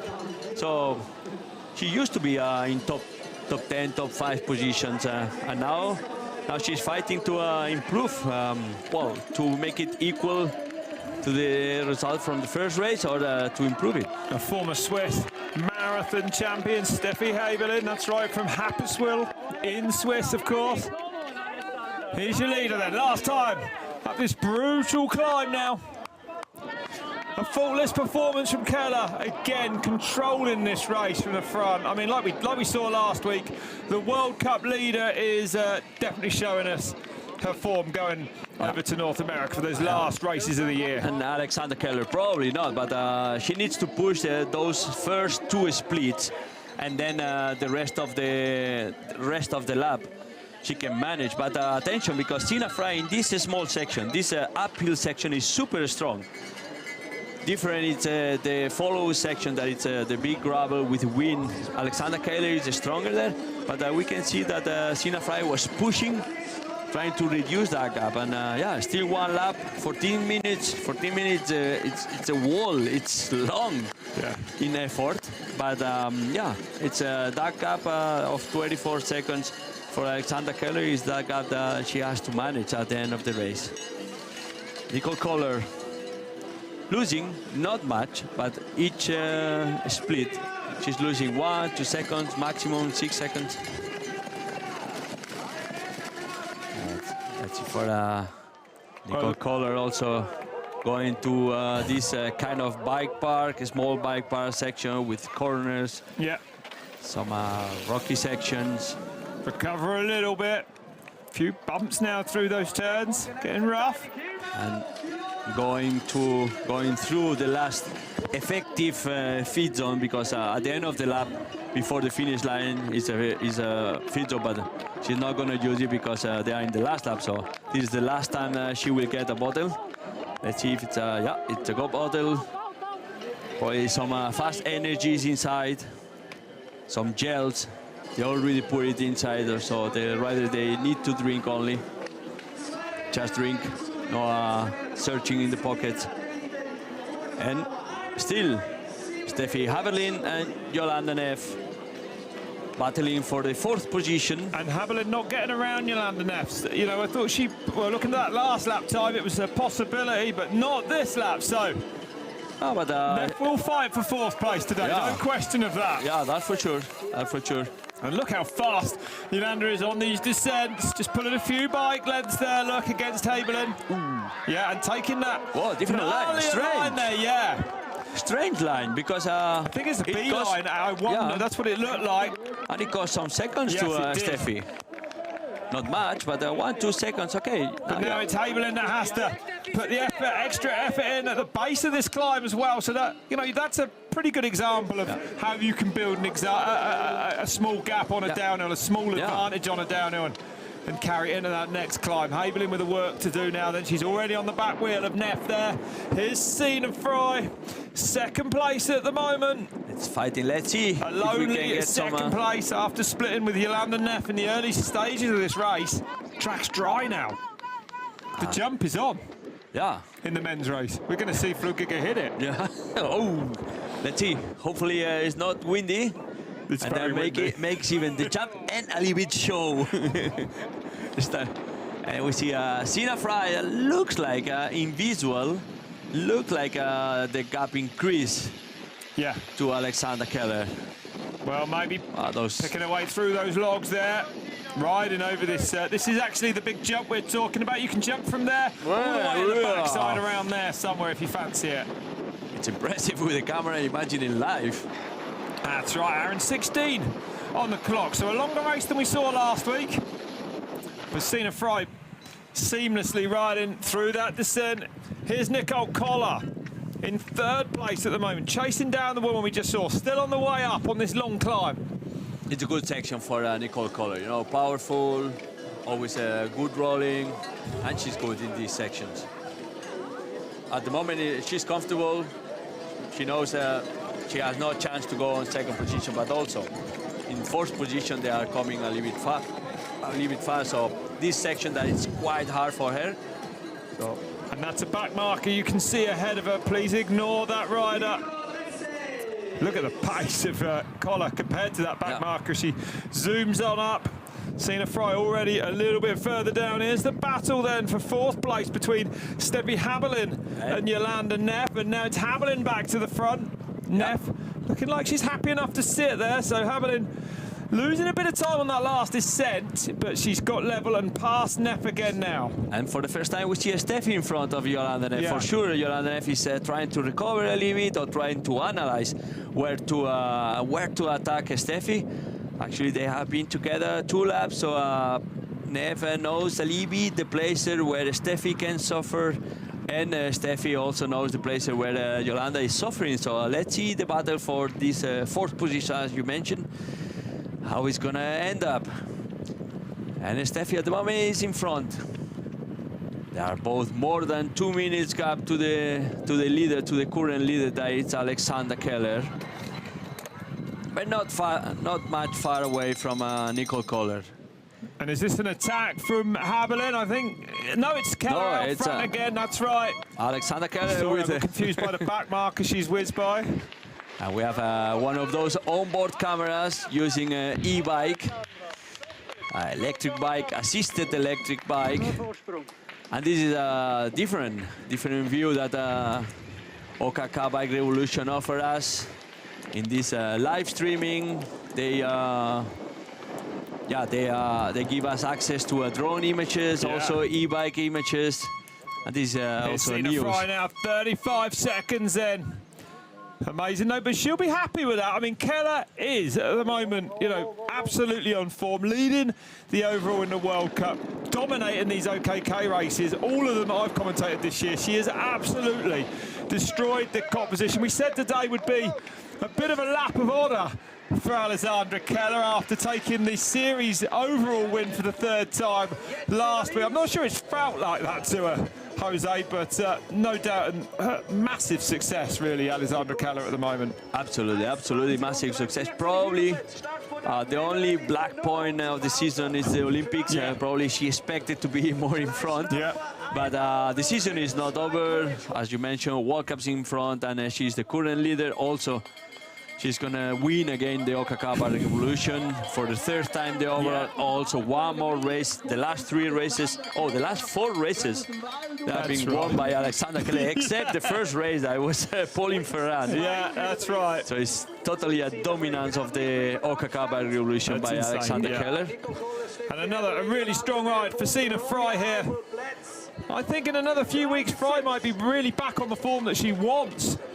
Those for Lake Placid and for Mont Saint Anne at the end of the year. Big improvements for Fry, I would say, today. Here's Jolanda Neff, 2020, the Tokyo Games Olympic champion. Huttwil now there with her. This is a battle for fourth. Yeah, to and fro as well. Neff, so quick on these descents. Makes a little bobble there, loses the front. Coming in, pushing hard. Neff trying to gain a bit of an advantage on this descent, no doubt. Looks like Jolanda is not getting as much time to Steffi as she wants. No. But let's see, because in this course to get 1-2 seconds, it's already a big gap. Fry up out of the saddle, fighting then in the closing stages still. It's a final lap for herself now as she approaches it. Back into the woods for the Herschel ramp, and then it's going to be downhill to the finish line. Now she's pushing hard, not even necessary, because the race is more or less over. But for Sina Fry is also a good test for her for the coming races, and for sure she wants to keep pushing till the end. To Huttwil. Look at this. So Huttwil looking like she's fighting to stay with Jolanda Neff. Not much in it though as they go into the trees. Those 2 seconds can cost the fourth position to Steffi Haverly, that's for sure. In these kind of courses, super fast, good rolling. You know, 2 seconds is it's a big gap. It's a gap. Imagine Alexandra Keller is going to win a race after 1 hour 20 something, only for 35 seconds. So that means it's a course where 1 second gap is already a big gap. And Sina Fry is still fighting. Now it's not only for the result, it's also for the training and to building the shape for the coming races. And we can see that it's a lot of wind. A lot of wind. Yeah, still blue skies. That doesn't look like there's any adverse weather coming in. Better like this. If the wind stops, then for sure it's gonna come the rain. We saw it last week. Huttwil right there on the back wheel of Jolanda Neff then. So looking like this one might come down to a sprint around that athletics lap at the end of this. That can be a sprint, yeah, absolutely. Maybe, yeah, that can be a sprint, because there is only one small section before the athletics where we saw that Steffi had some problems, or at least lose a couple of seconds when they were together with Ronya and Jolanda. Let's see if this small section can make a gap for Jolanda Neff, or they do a sprint. Whoa. Sina Fry is fast now. Absolutely flying, yeah. I don't think we can doubt her form now. Looking like she's really wanting to push herself on this last lap. Plenty left in the tank, it looks like, for Sina Fry, but it's all about this woman. Alexandra Keller took the title last week in Gruyere with 1 to go. Her dominance this season in the ÖKK Bike Revolution has been insane. She's won every race except the first. 4 in a row this is today. This is a double celebration for Alexandra Keller, the race and the overall. Exactly, a big smile on her face then. She's enjoyed this Swiss series. She dominated it for the 3rd year in a row. Alexandra Keller, another amazing performance here today in Huttwil. Coming up then to take the race. The title is already hers. But Alexandra Keller knowingly going now to North America for the last 2 World Cup races of the year in absolutely incredible form. Your series champion for 2024 for the ÖKK Bike Revolution, Alexandra Keller, taking the win in Huttwil. And some homework's done. And Sina Fry coming in as well. So Fry with a massive effort on that last lap. I know Keller backed off, but bringing it down to just 14 seconds. So Fry's going to be massively boistered by this performance today, I would say, wouldn't you? That's for sure, because the season wasn't as pleasant as she expected, or the results. And she's back in a top form against fighting against this rider, the magnificent rider, Alexandra Keller. And as I say, homework's done. ÖKK Bike Revolution secure, overall in the pocket, and now looking for the next goals. It's going to be the World Cup. As right now, she's the current leader of the World Cup, and still 2 races ahead. Yeah, that's right. The legs are there, the form is there. The titles are coming thick and fast. Let's see the interview. Maybe we're waiting for Nicole Koller. Should be coming in 3rd place. And we've got that battle. Koller has, I think, just crossed the line in 3rd place for Ghost. And now it will be the battle between Heibelin and Jolanda Neff. For that 4th place finish. Still looking down that finish straight. Couldn't see him there. That's a battle we want to see. We see the last meters of Alexandra Keller in this race in Gruyere, ÖKK Bike Revolution 2024 season, winning the race and winning also the overall. And with enough gap to celebrate with the public and the spectators. Excuse me, here comes Nicole Koller now, then hadn't crossed the line. Going through that last split on track. Well, a big ride for her today, but the pace of Keller and Sina Fry today. Look at these gaps now. In a class of their own, those 2. That's absolutely big gap. And if you see this gap, you realize that Sina Fry is top in shape again. So Koller coming up over the line to take a brilliant 3rd place for her today. Koller celebrating the 3rd position, the same position as last weekend in Gruyere also. That's right, yeah, a good season for her. Starting things off. And Jolanda Neff. Here comes Neff then, so she got away from Steffi Heibelin on this last part of this lap. 4th in Gruyere last week for Jolanda Neff. Not a sprint, just a small gap. Going to be 4th again today. Neff returning to form, 1 step at a time. Steffi Heibelin making it a top 5 Swiss finish. Of course it is at an ÖKK. Great performance from Steffi, as she was in the first part of the race, quite back in the peloton. Also because she had a crash in the first lap. And now she's back. Like, even all the competitors, they are happy for her. This is good when you see at the end of the race that during the race they are enemies, but at the end they have a good mood, they are friends, and they are happy because plenty of camaraderie. Yeah, great to see all the Swiss so dominant. That's a good end for this ÖKK Bike Revolution in the women's category. Good results.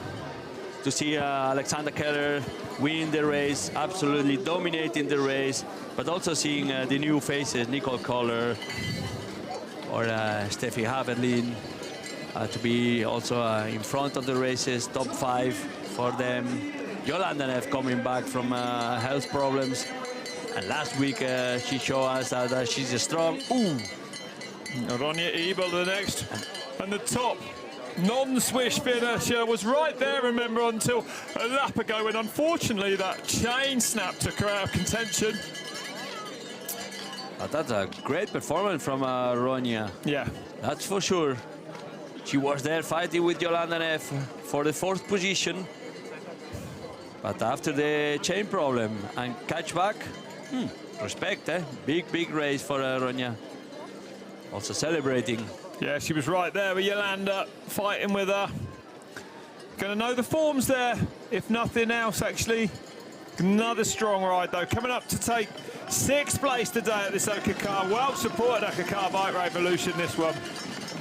And as Serena Löger says in the interview, it's important for them because this is the last big Swiss race, cross-country Swiss race of the season, and now they have 2 more international races, the World Cup. So for them, it's important for them. 4:39, separating the top 6 riders. 7th position.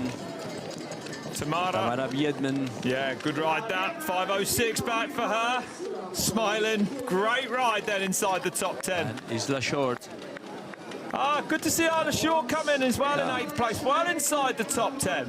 8th position for her. And Serena Löger in 9th position. And with this position,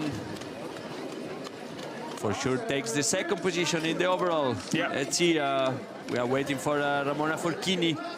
But doesn't look like she was close together. No, and Luger, remember, missing that race last week with illness. Oh, look, glad to see her. Paula Gorica.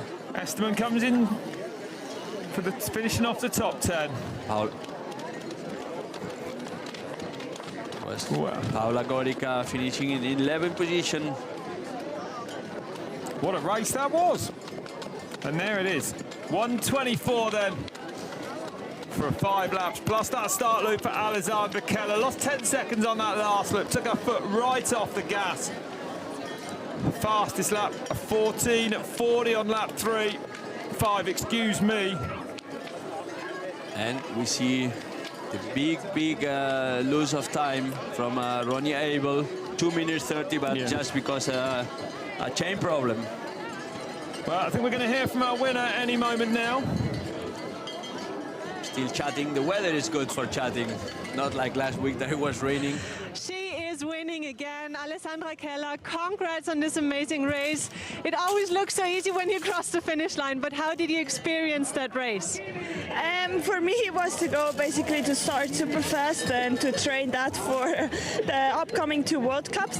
So I did a really fast start, and then I tried to set the pace a little bit for the next 2 laps, and then let the others come closer. I felt good, to be honest, not super good, especially because I did the start so fast. But then, I maintained the distance to the rest of the field, and I'm super happy to finish again first, and to get all the wins in this overall classification. Exactly, it was the 4th win this season in the ÖKK Bike Revolution, the 3rd back-to-back overall win.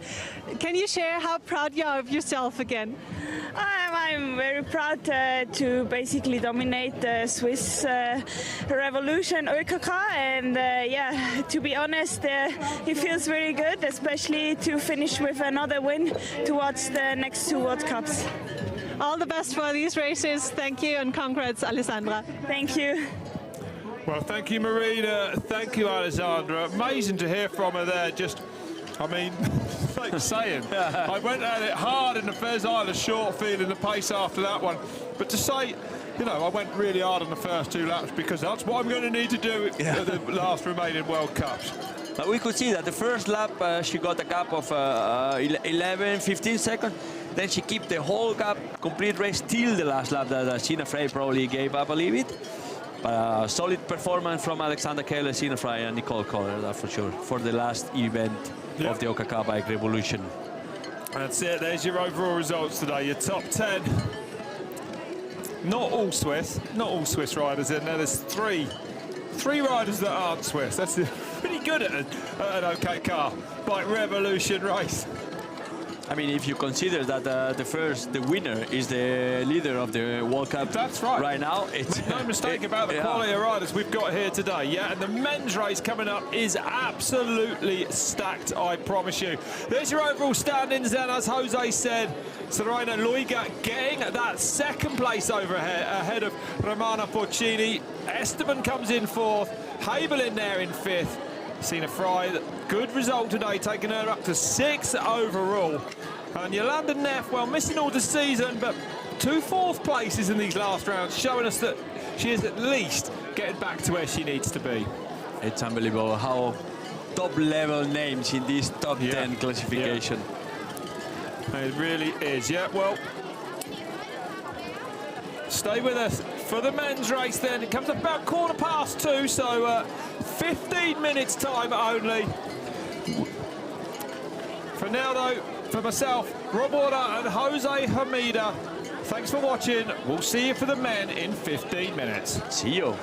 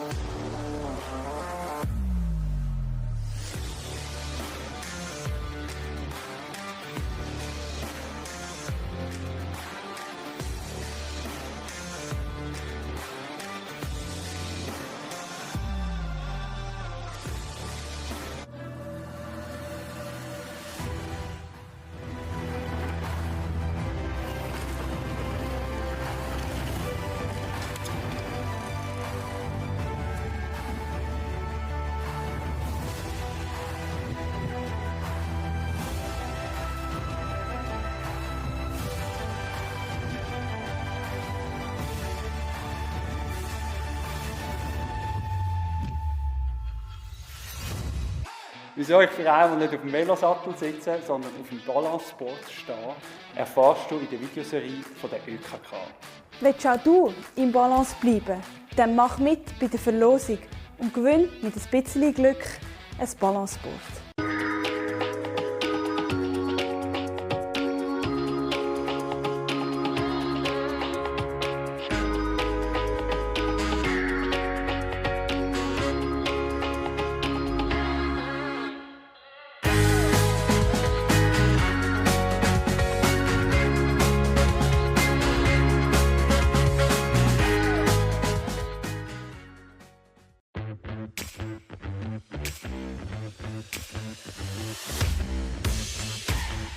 Nicht alle haben einen persönlichen Velomech wie ich, aber meine Versicherung, die ÖKK, zahlt die Hälfte an deinen Veloservice.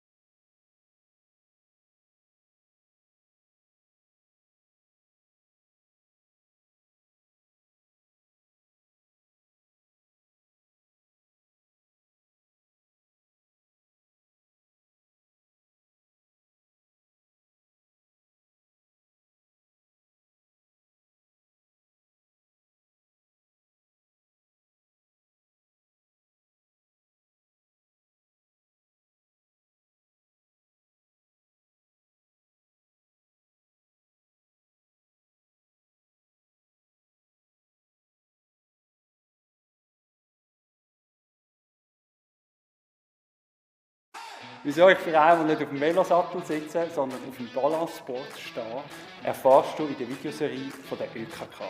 Willst auch du im Balance bleiben? Dann mach mit bei der Verlosung und gewinn mit ein bisschen Glück ein Balanceboard.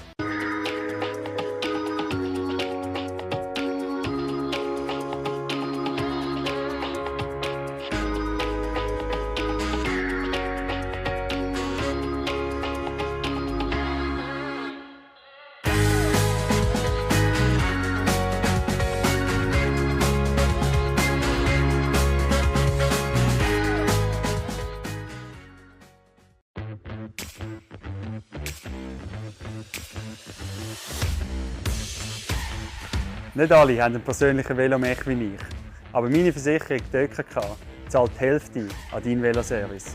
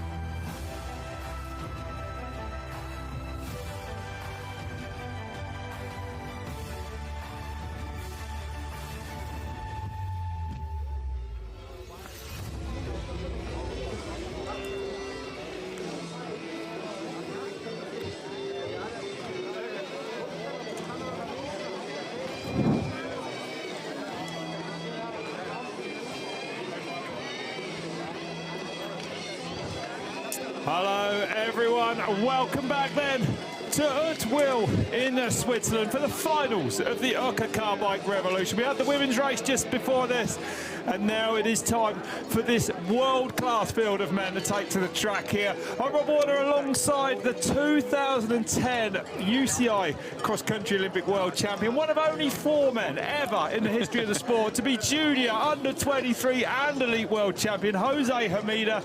Jose, we're excited to get into this one, right? Yeah, that's true. Thanks Rob for this presentation, and we are excited to follow this race in Huttwil. We remember the last race of the ÖKK Bike Revolution this season in 2024. They started a long time ago in Chur, Engelberg, Davos, Gruyère, and this is the last race in Huttwil, home of Matthias Flückiger, and everything is still to decide. Absolutely, that's right. Exactly, the title is wide open. We're about an hour and a half drive northwest of Bern, in the north of Switzerland actually this time, in the hometown of Matthias Flückiger.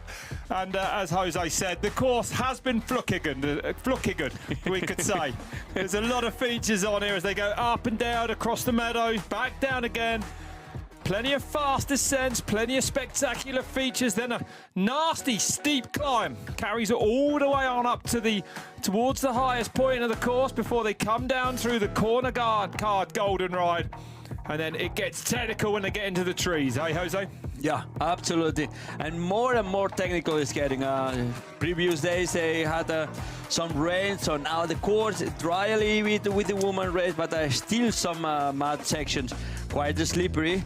But those are the sections that Matthias Flückiger really loves. Yep. Lars Forster, the current leader of the ÖKK Bike Revolution, also likes these conditions. But remember, this is a top-level competition, ÖKK Bike Revolution, and it's not only the Swiss riders that take part. It's also riders from France, from Spain, from Germany, from Italy, from Canada, from Australia.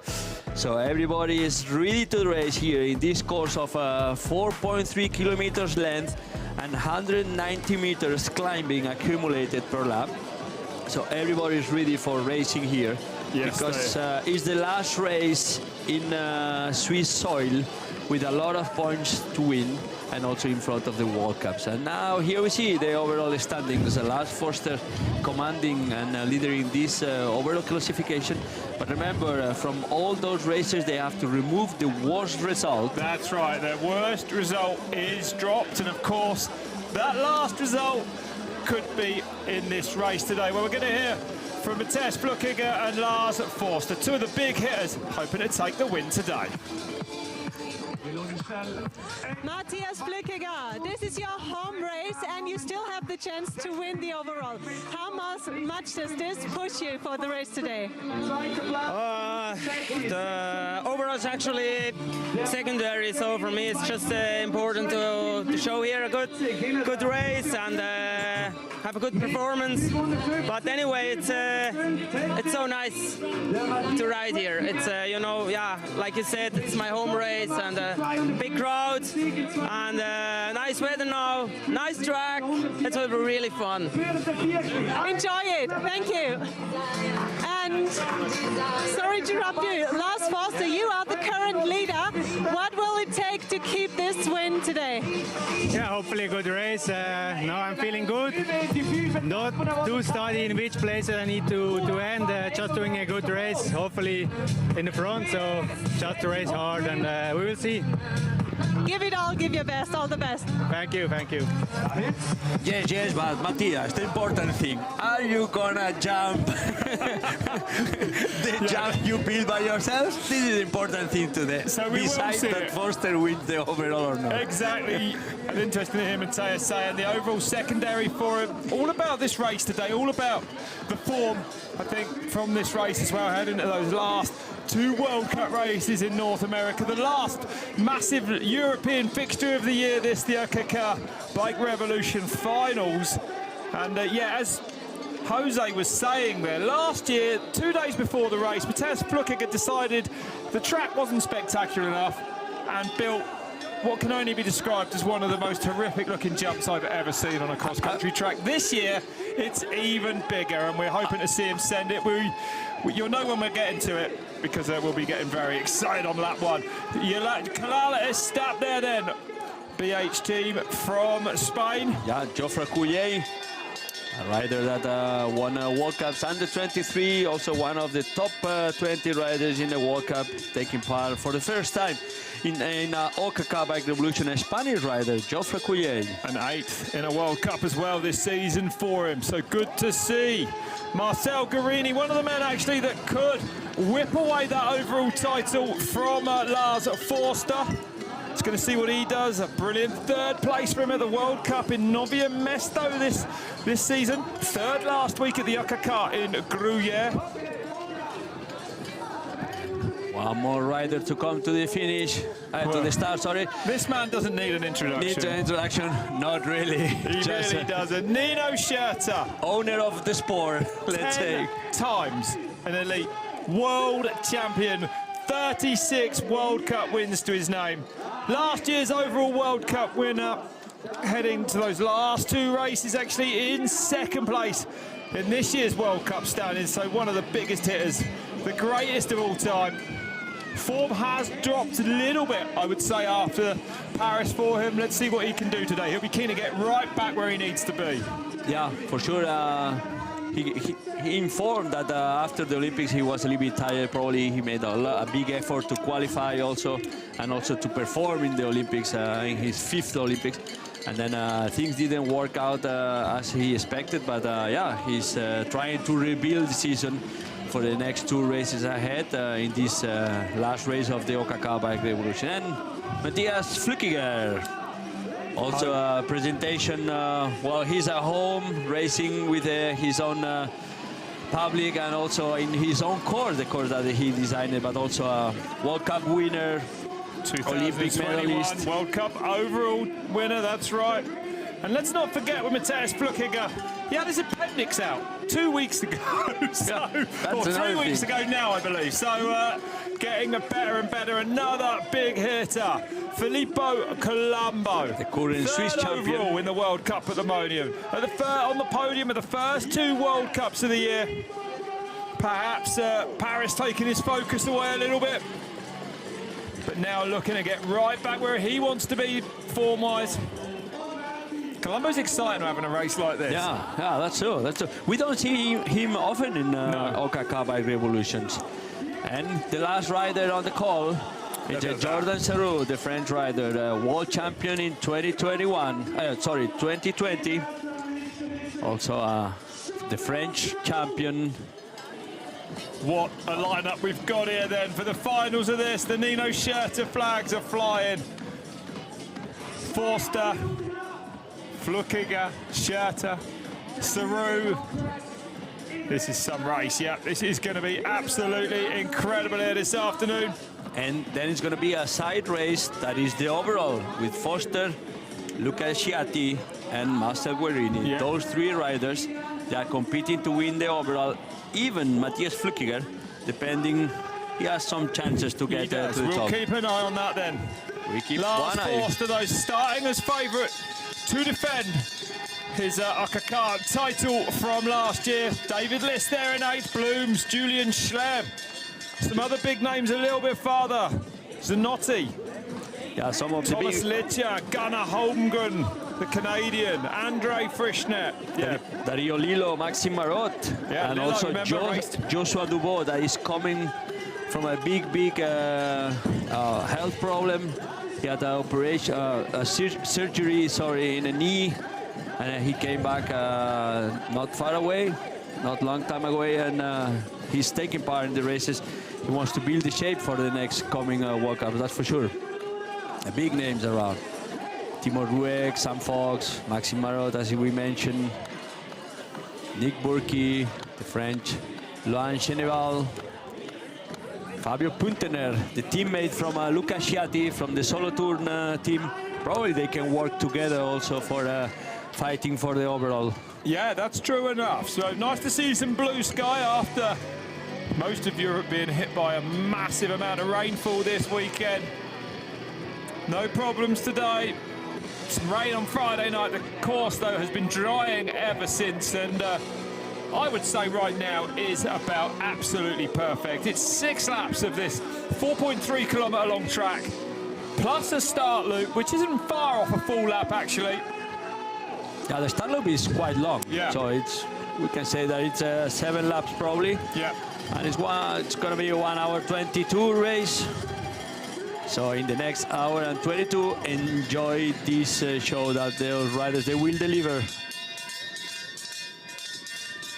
Waiting for the lights. Here we go then, we're about to go racing.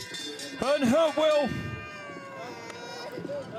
The ÖKK Bike Revolution finals are go, go, go! Jordan and Saru look like he's taking the control. Nino far side in the white as well. Powerful start from those two. But the start from the Spanish rider, Geoffrey Couillet.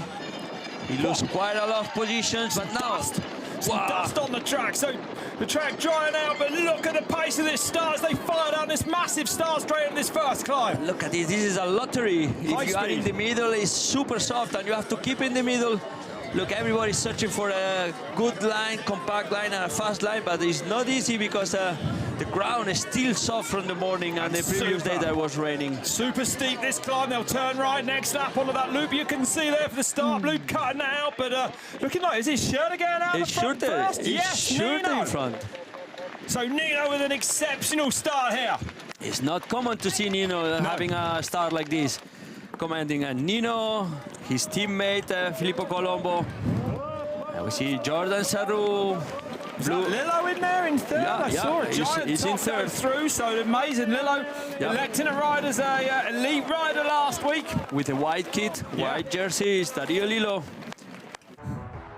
Martin Blooms also in 4th position, we could see in that climb. Forster a little bit further back. Let's see if we can see what happened to him during this replay. There he is right in the middle at the moment. Lars Forster just coming through behind Nino there. Not a superstar from Marcel Guerini. No. But he has a little bit time here to catch up. Let's see. But Nino looking more like his old self. Some disappointing results for him, I would say, Jose, after Paris, right? The World Championships weren't where he needed to be. Not really in altitude in Andorra, probably a little bit burnout, let's say. Yeah. Probably too much training before the Olympics, trying to pick the big day at the Olympics. But it didn't work for Nino, but now he's catching back. Look at the reaction from Matthias Flückiger. Flückiger at the outside in the red then, so Flückiger to the front. Go Matthias, go for the jump! And the big jump that he built is coming. Maybe that's why he wants to be at the front.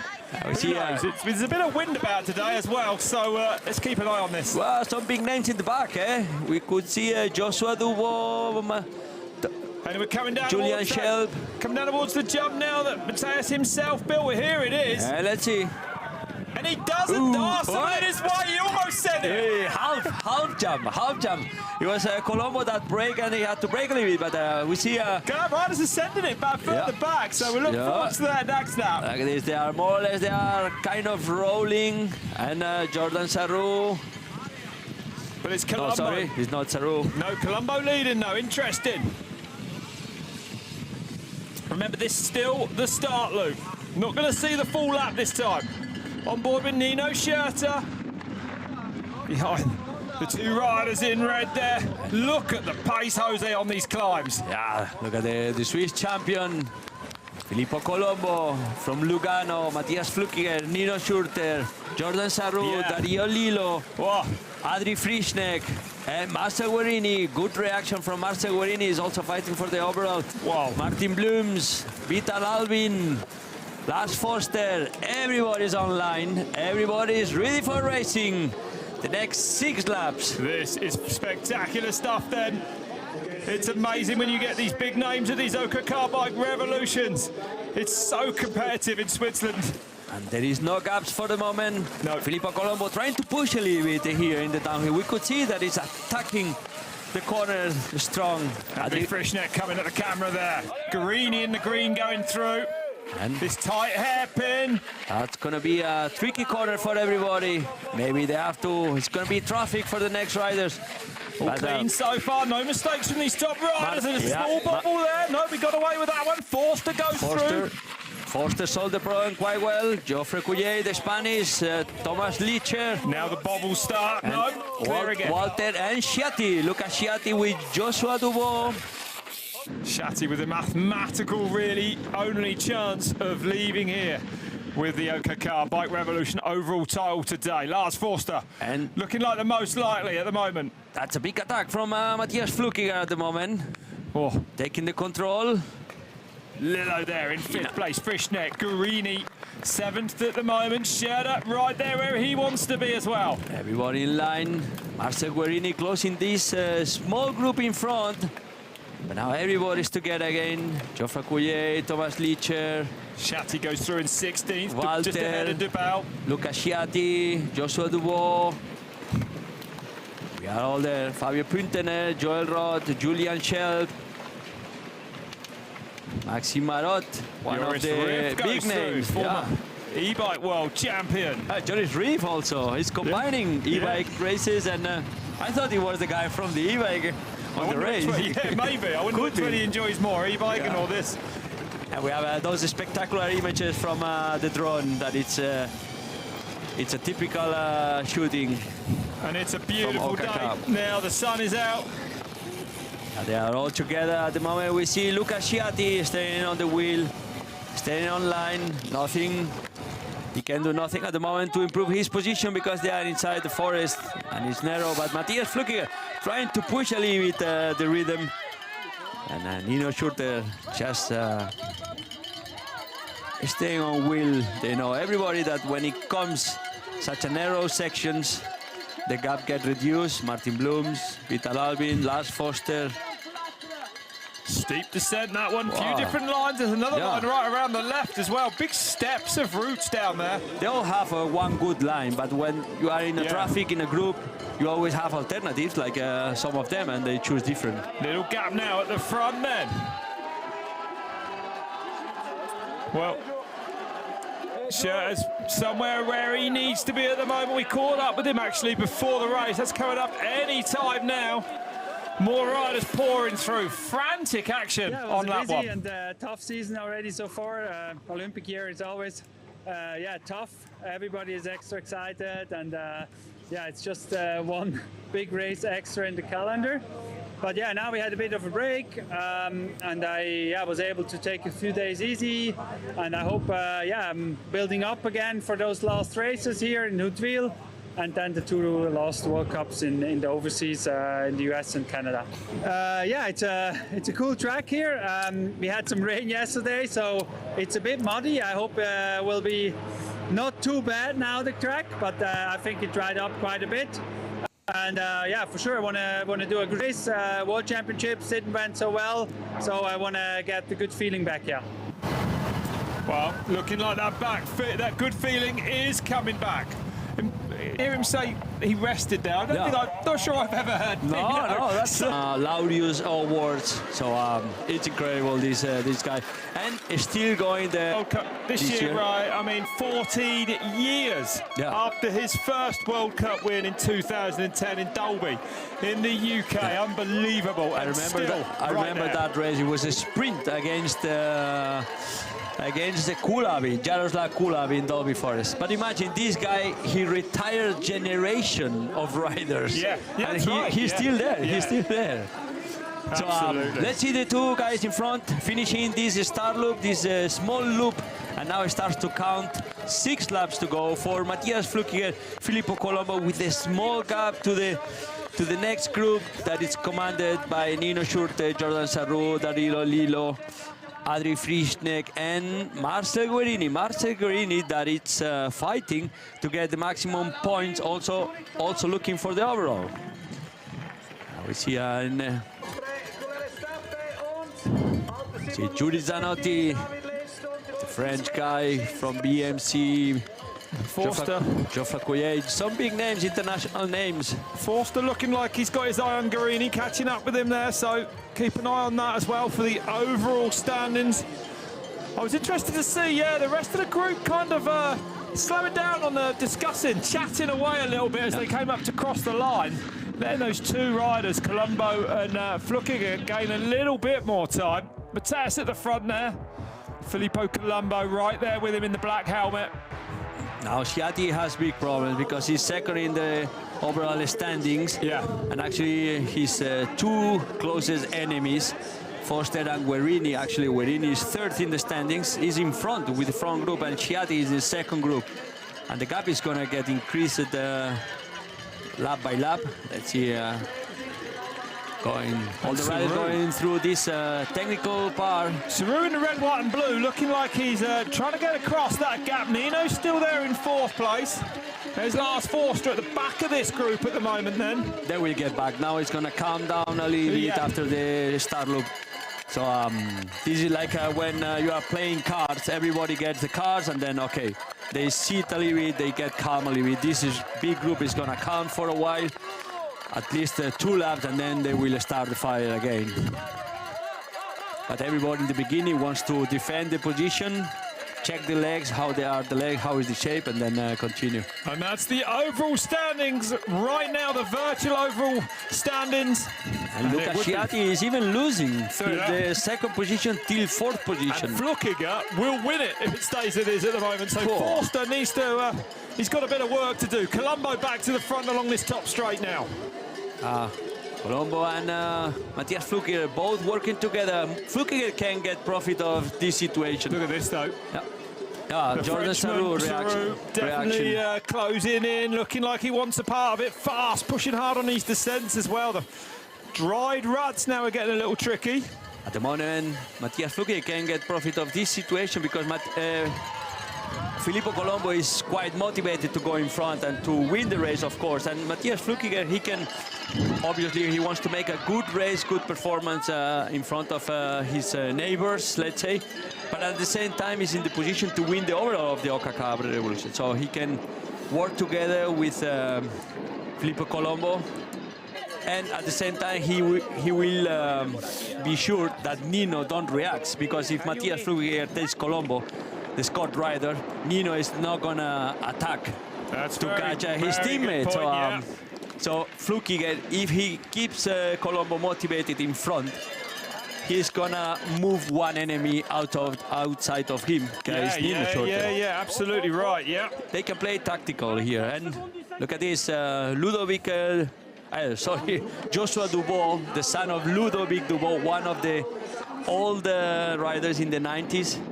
That is back from surgery. Saru is there. Saru is there. The Frenchman joining the two Swiss at the front of this pack. Oh.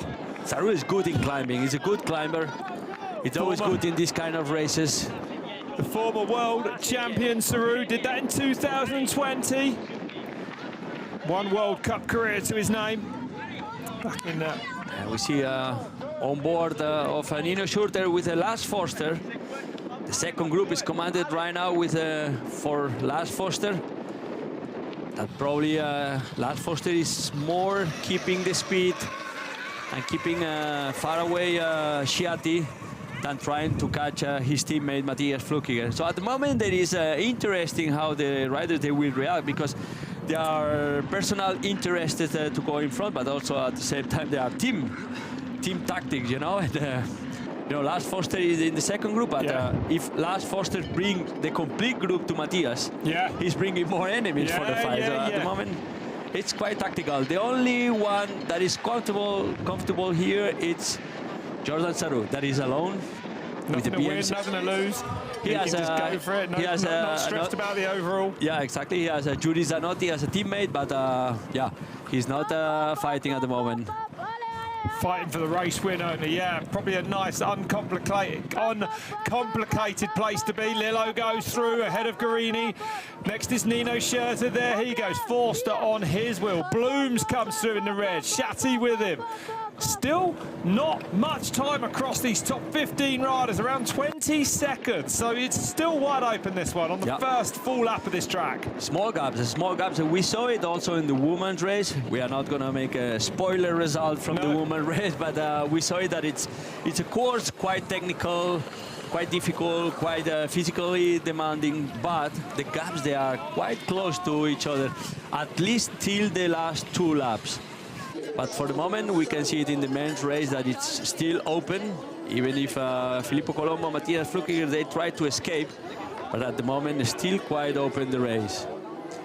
And all the riders, they go over the jump. Yeah, the B-line looking a bit far around. Back onto this climb, though, for the leaders. Group is getting bigger now, a little bit bigger. Filippo Colombo, Mattias Flukiger, Jordan Saru, Dario Lillo, the under-23 rider that has permission to race with the elite riders, and Marcel Guerini reaction. Guerini coming through there in that light green top, so yeah, interesting to see.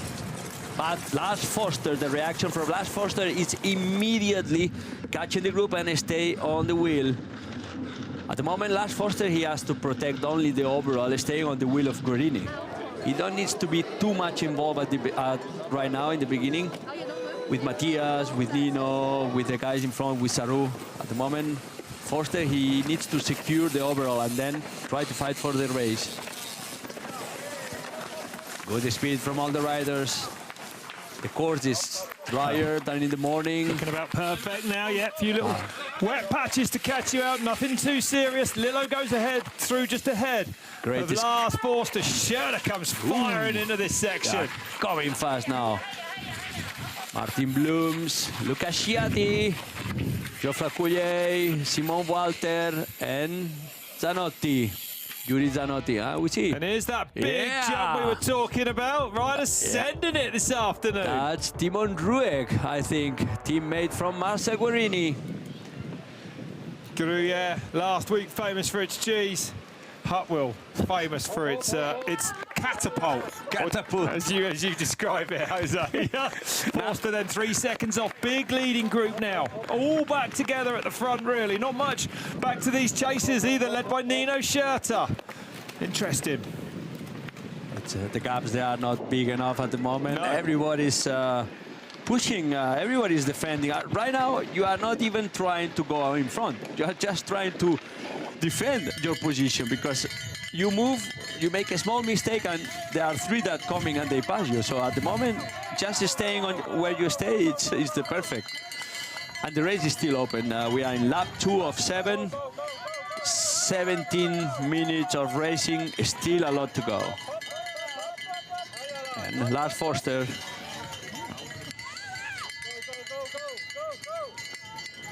Lars Foster closing that group, the front group, just on the wheel of Dario Lillo.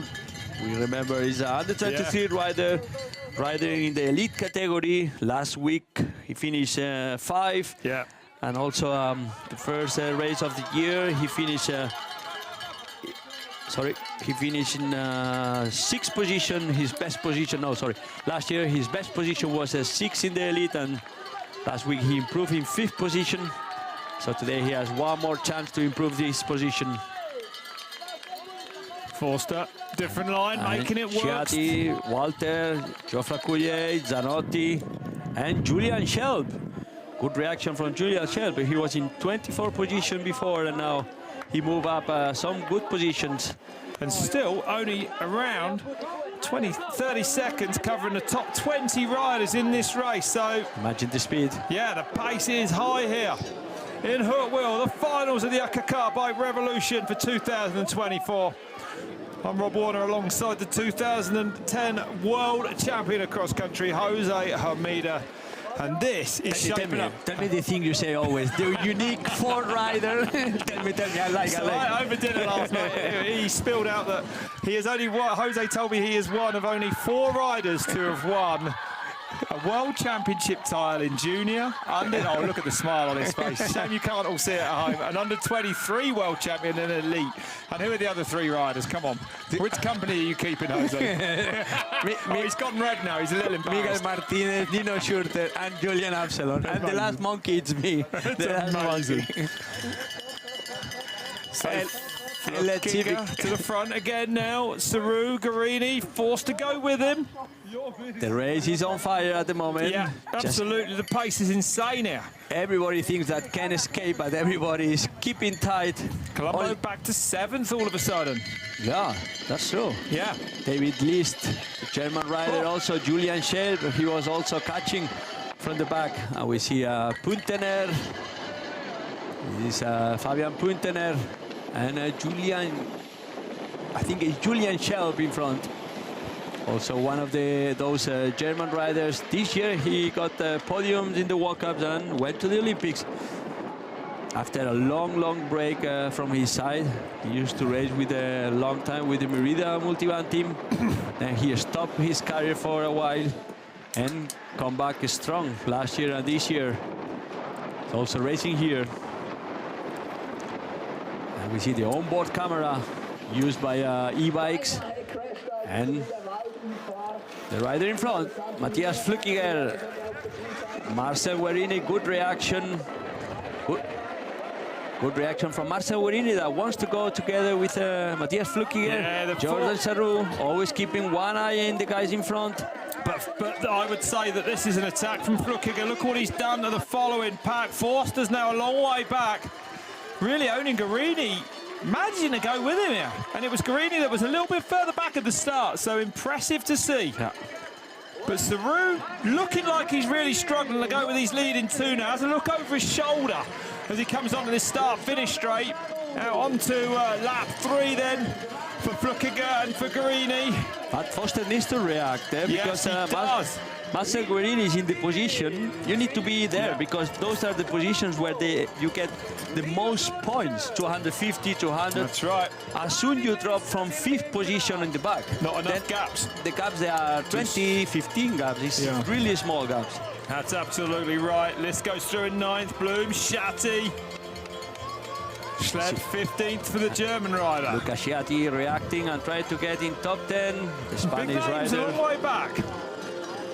And Sarrou still hanging in there in 3rd place on that climb. Oh, he's there. He can't close the gap. He's pushing to close the gap. But Matthias Flückiger, look, he's also pushing hard with Marcel Guerini. Let's see the slow motion of this bridge gap. How you call it? This is an invention from Matthias Flückiger too. Bridge would just have been too simple for him. Needs a gap in it.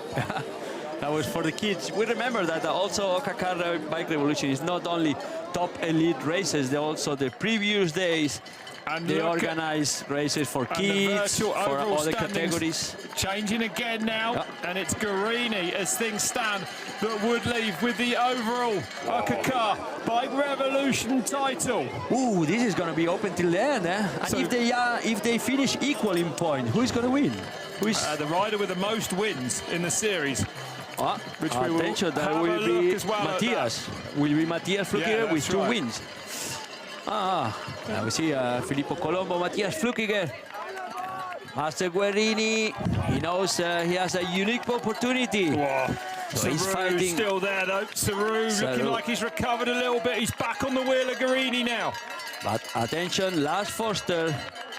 He's close to the 3 guys in front. There he is. There's Forster. Remember the battle for the overall between him and Guerini as things stand at the moment. And Vital Albin, Dario Lillo. We see David List. And onboard camera with the legend Nino Schurter. And again, Sarrou just off the pace again now. Look at this, racing against Matthias Flückiger must be like racing against a ski rail inside a car. He's moving constantly, he's attacking constantly. Mamma mia. You don't get a steady rhythm with Matthias Flückiger. And Flückiger clearly over the having his appendix removed 7 days before the World Championships in Andorra. This is week 3 that he's raced after the appendix removal. He's going from strength to strength, it looks like. It's a traditional joke. Now it's lighter than before. But I don't know how much things they take out. He climbs better than ever. Mamma mia. Sarrou has paid the price for getting across to them. He has blown up here. Look at this. That's amazing. Yeah, Sarrou is getting some doubts, some serious doubts. If he goes in front with Marcel Guerini and Matthias Flückiger, or he just drop a little bit the effort and gets couched by the other riders. And Vitan Albin, a teammate from Tomus. 3 riders from Tomus team in front. Matthias Flückiger, Lars Forster and Vitan Albin. And we see, like you say, now Jordan Sarou is quite suffering a lot. He can't continue with the top guys. He can't close the gap. Ooh. Here's Colombo on this really steep climb. Wow, the two riders from Scott suffering now. Nino Schurter and Filippo Colombo probably paying a little bit the effort from the beginning, trying to fight with Matthias Flukiger. Maybe it was too much for him. Colombo down in 7th place at the moment, absolutely. So there's your top 3. Oh. Bad signs from Sarou when you check back. Yeah, I saw him do that already before as well. So you are not so fresh.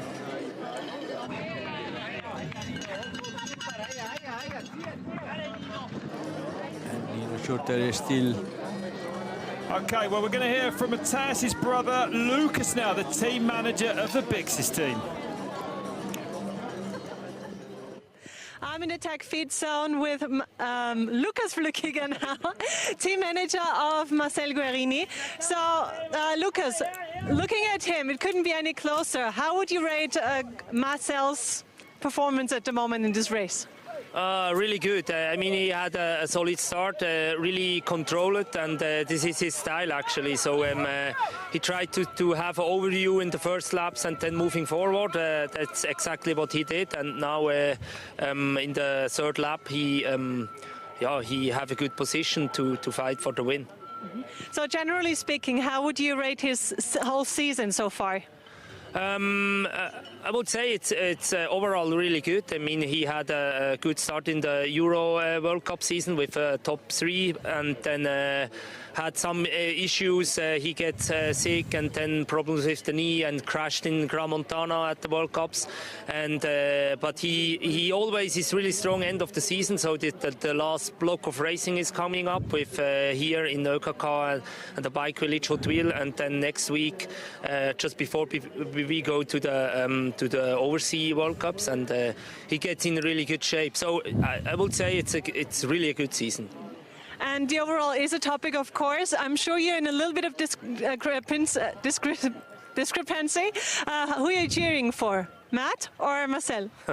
Yeah, it's a special situation, but I would say both are. It's the home race here, and both are really excited to race. Ahead of all the home crowd here, but of course I'm cheering for both really, but my heart is actually for Matt, of course, but for the racing and the emotion, of course it's Marcel, and I would love to see him take the win here. Thank you, Lucas. In the words of Natalie and Bruglia, that man is torn. He doesn't know who to support today. But what we did notice during that interview, 100%, is the fact that Flukiger is really attacking. He is turning the screw here today. Pushing hard, pushing hard. We could see that Marcel Guerini, that even if he's super in shape, as Lucas Flukiger mentioned, he was losing a little bit. So Matthias Flukiger is really pushing the speed now, and you could see that the guys behind they wanted to catch him. Now the gap is big again. So Flukiger and Marcel Guerini, they are setting incredible speed at the moment. Wow, look at this, Matthias Flukiger. Super fast. Gap now. Oh, no, sorry, it was Vita Albin. No, you're right. Vita Albin with Nino Schurter and should be Colombo. Wow, but look at this. Look at the gap. Yeah. Wow, this is a big gap, big attack from Matthias Flukiger before this climb. Oh. The reaction from Sarou. But it's not enough to close the gap. You know, Sarou had a moment that he could be with those two guys, but then he missed the opportunity, and now he's in the middle of nowhere. And now how's that to be? Is it? Now it's a problem. It's not a good place to be on your own. No, it's not a good place, because there's still a lot to go. 4 laps, and then you start to think about what I do. I continue, I spend energy, but I'm not moving to the front, so I spend energy for earn nothing, or I drop myself to the back, and then I have to fight with another ones. Well, there is Jordan Sarou, and before the race, we caught up with him. This is what he had to say.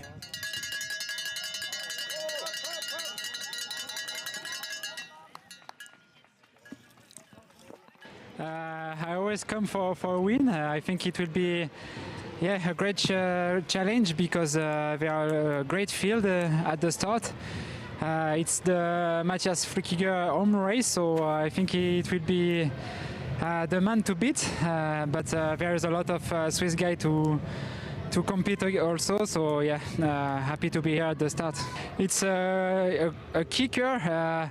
You can go very high and far, but with the mud you have to take care because it's so slippery at the landing, and you can go straight and miss the corner at the end. But yeah, it's a jump by Flückiger. It's a big jump. Everyone talking about the jump. Yeah, it's a jump by Flückiger. There is no better way to describe it.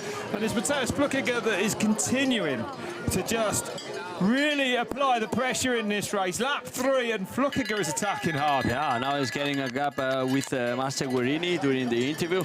And Jordan Sarrou mentioned one thing. Everybody knows that is the race of Matthias Flückiger. So all the enemies of Matthias Flückiger, they are playing one card. That is the home pressure.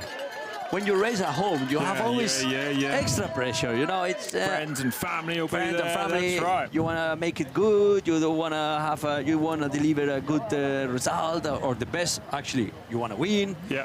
And it's also one more thing you have to deal. But look at this gap now. Matthias. Look at this gap now. Then. Matthias is dealing easy with the deal. 4 seconds back to Guerini. Looks a little bit more actually. Guerini really needs to fight back now if he can, and I'm not sure he can with the pace of Flückiger at the front. This is what we saw last week. Flückiger just absolutely all out. Sarrou goes through nearly 20 seconds behind then the 2020 world champion is Nino Schurter. Different line for Vitaly Alvin and Nino Schurter. Lars Forster going on 4th position in this split time. Darilo Lilo, David List, the German, 35 seconds. Looks like it's a big gap. Actually not, but if you are inside of the forest and you don't see the other riders, you know, it's getting bigger and bigger the lap. Yeah. Master Guerini on-board camera. Wow, that was fast. Yep. Man. Super quick down through there then, yeah. Yeah, it's a small stadium here where they do also some technical courses for kids, for the young generation of mountain bikers for the future. So the ÖKK Bike Revolution is a 360 project, not only competition, it's also tourism, it's also a school for the kids. Yeah, it's a fantastic weekend of activities here. Big rides yesterday, the younger age groups all taken to the track yesterday as well. Hang around on the Sunday, watch some of the best in the world attack this place like Matthias Flückiger is now. There's the gap to 2nd place. The 3rd bike there is the camera bike, so ignore that. But yeah, Flückiger putting on a tour de force here at the moment. Guerini dropping onto the bars for this finish line straight. Still there and thereabouts though, just 5 seconds is it now? Yeah, 5 seconds only. So it's going to be telling this lap now what they do on these climbs, I think. Yeah, this is a key lap. In this lap, many things will be decided. If Master Guerini continues with this fighting against Flückiger, or he just drops and let catch by Sarrou. Yeah, Sarrou is definitely just dropping back at the moment, right? But he's keeping his speed, attention. He's not I think focused Forster's on going in front. Forster looking like he's maybe going to catch up with him on this lap. Keep an eye on that as well. Remember the overall, every position absolutely critical for Lars Forster if he is to retain that ÖKK Bike Revolution overall title he took last year. Vital Albin, Nino Schurter. We have Luca Sciatti. Good reaction from Luca Sciatti. Julian Schelb. Luca Sciatti in 9th position. Simon Walter, Martin Blooms, the big names. Fabio Puntener, Zanotti, the Giulio Zanotti, the Italian rider from BMC. We see the Spanish Geoffrey Coulier crossing also, and Filippo Colombo. He dropped quite a lot. He's been in front the first lap and a half, but then now he's paying a little bit effort to be with Matthias Flückiger in the first laps. And Matthias Flückiger continue. He's pushing and pushing. He knows. Well, this is the style of Matthias Flückiger. Oh yeah, when he's on form. When he's on form, he don't care about the other. He goes in front, that's exactly he pushes. Right. His tactic is just to go as hard as he can.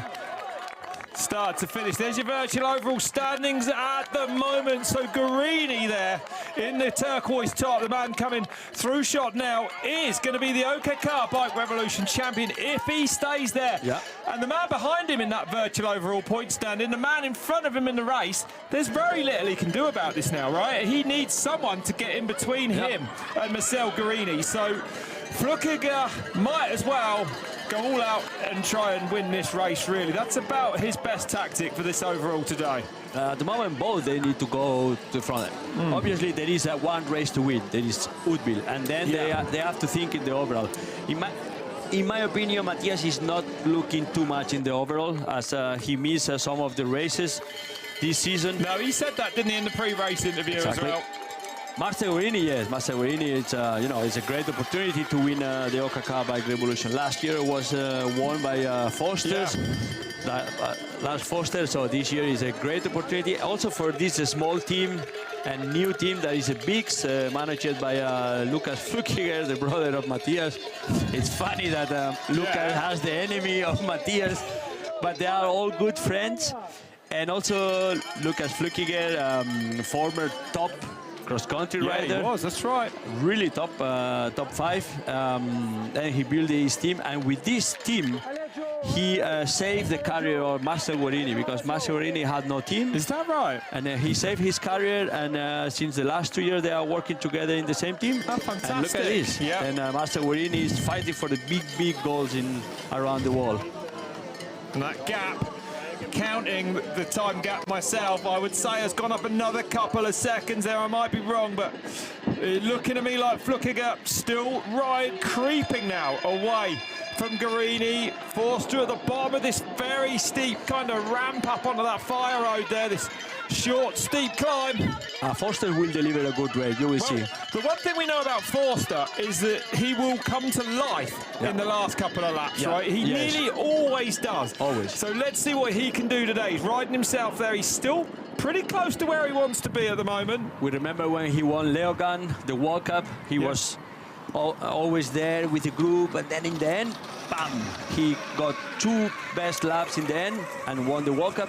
And he's a rider that always has a great finish of the race. So for sure, Lars Foster, the point is, if Lars Foster passes Jordan Sarrou, then Guarini is in trouble, really in trouble.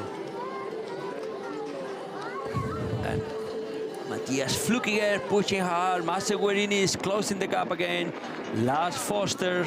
Well, Flückiger leading it, and something maybe to do with that will be his physio, Tamara. Here she is. Next to me is now Tamara, physiotherapist of Thomas Maxson, exactly from Matthias Flückiger, Lars Forster. Tell us, Tamara, you know him pretty well. He is pushing so hard, Matthias, at the moment. Can he do this till the end?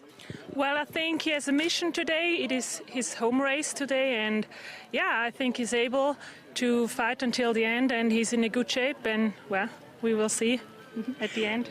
So you said it already, it's his home race. Is this pressure or just pushing forward? I think it's more pushing forward. He has a lot of fun, especially he built up the track by himself, and yeah, I think it's fun for him. Has the overall been a topic between these two the last few days? Honestly, I don't know the exactly ranking of him, and I think it's just go for the win today, so I don't know if he's thinking about the overall.